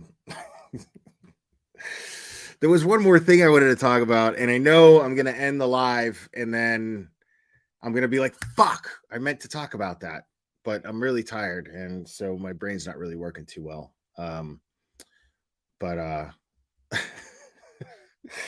Yeah, I think I'm going to call it a night. You guys are fantastic. Lots of fun. I love you guys a lot. Oh, wait. Yeah, I just remembered. Hold on. I went over this before, but I just want to remind everybody, because it's really important that we know what a temper tantrum looks like, folks. Okay? Very important that we see what a temper tantrum looks like.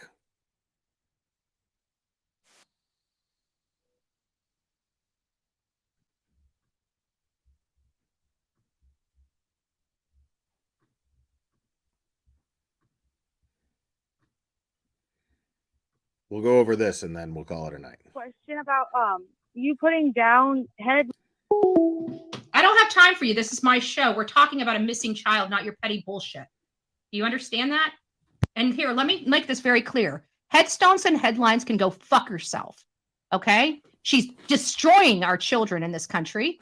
So if you want me to talk about putting someone down, there you go. I don't have time for her. We talk about true crime here.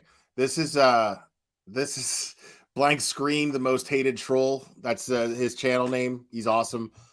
He's the one who did the filters on this and clipped it. So big shout out.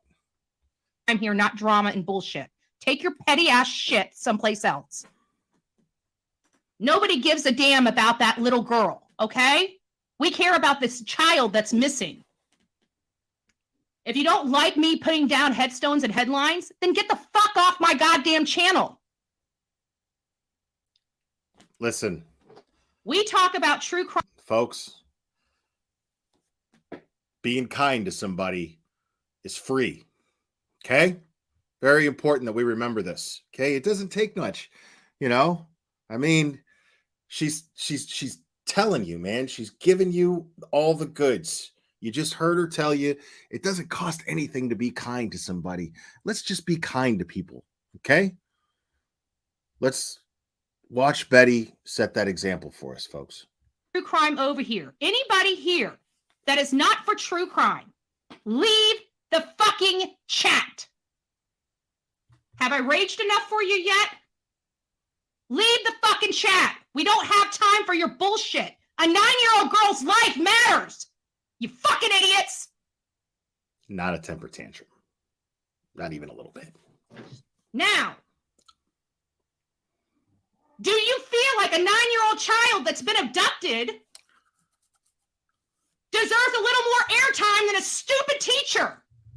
If you do, put a fucking one in the goddamn chat. Excuse my language, guys. Who's going to pay for my cuss words? My God. The GD was $15, and God forgive me for that. Turkey Man, pray for me. I'll need it today. Okay, nobody gives a damn about your petty ass bullshit anymore. We're done with it. She was done. All of these these true crime channels, we're done with your drama bullshit that you bring into every one of our channels. You want drama? Keep it on your fucking channel and leave it off of ours. We talk about real people's lives here and real true crime, and you don't have to like it. You don't have to like it at all. Swear jar. But you don't get to keep coming over here every fucking day and disrupting when we're trying to advocate for a 9-year-old child that's missing and abducted. You fucking idiot! Now headstones and headlines, get your fucking clickbait. Go make your fucking money, you fucking cunt. Wow. Now, do you guys hear me? I'm sorry, I missed that whole thing. What? I'm over it. I'm over the bullying here. I am over the intimidation. I'm over you guys. I don't give a damn about any of you. Stay the fuck off my channel. What's up, Deets? Now, all you hate channels, go make your money, baby. I just gave you all your content. Go get your little $2, bitches. Fuck.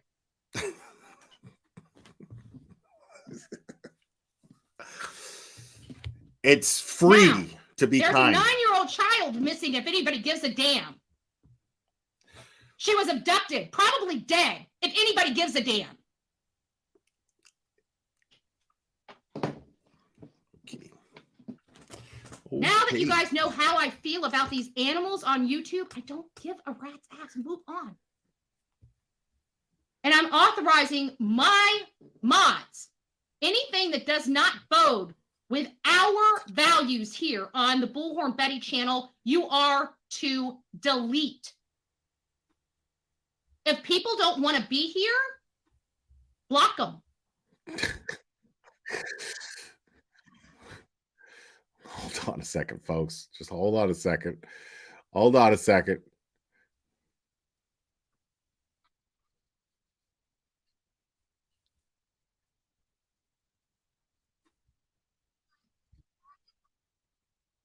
I love each and every one of you. God bless. Go make it a great Thursday. Don't forget to be kind to somebody. Do an act of kindness for a perfect stranger.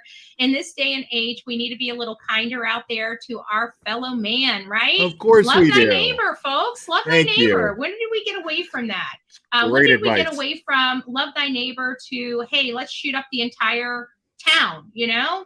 So let's show kindness. Let's put an end to the hate by doing an act of kindness for a perfect stranger. And it doesn't have to be much. You know what an act of kindness is? Stopping the car and letting somebody cross the road. It doesn't even. Or, yeah, not running them over.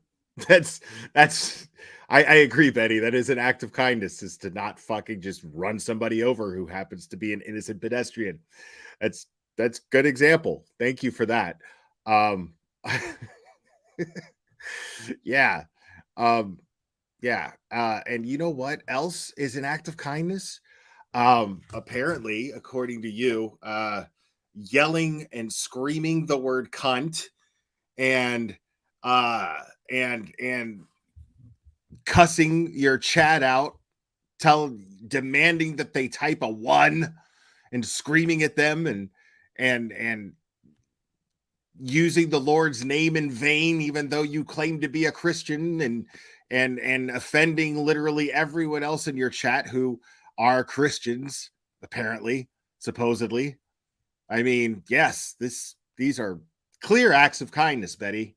Thank you for showing us this very, very beautiful and lovely divine example. So, yeah. So before I go, guys, we're going to close with a prayer. Dear sweet baby Jesus, please make sure that all of the wisdom that has come from Bullhorn Betty tonight comes into my heart, and we can all learn how to be better people and kinder people through her example. Amen. All right, guys.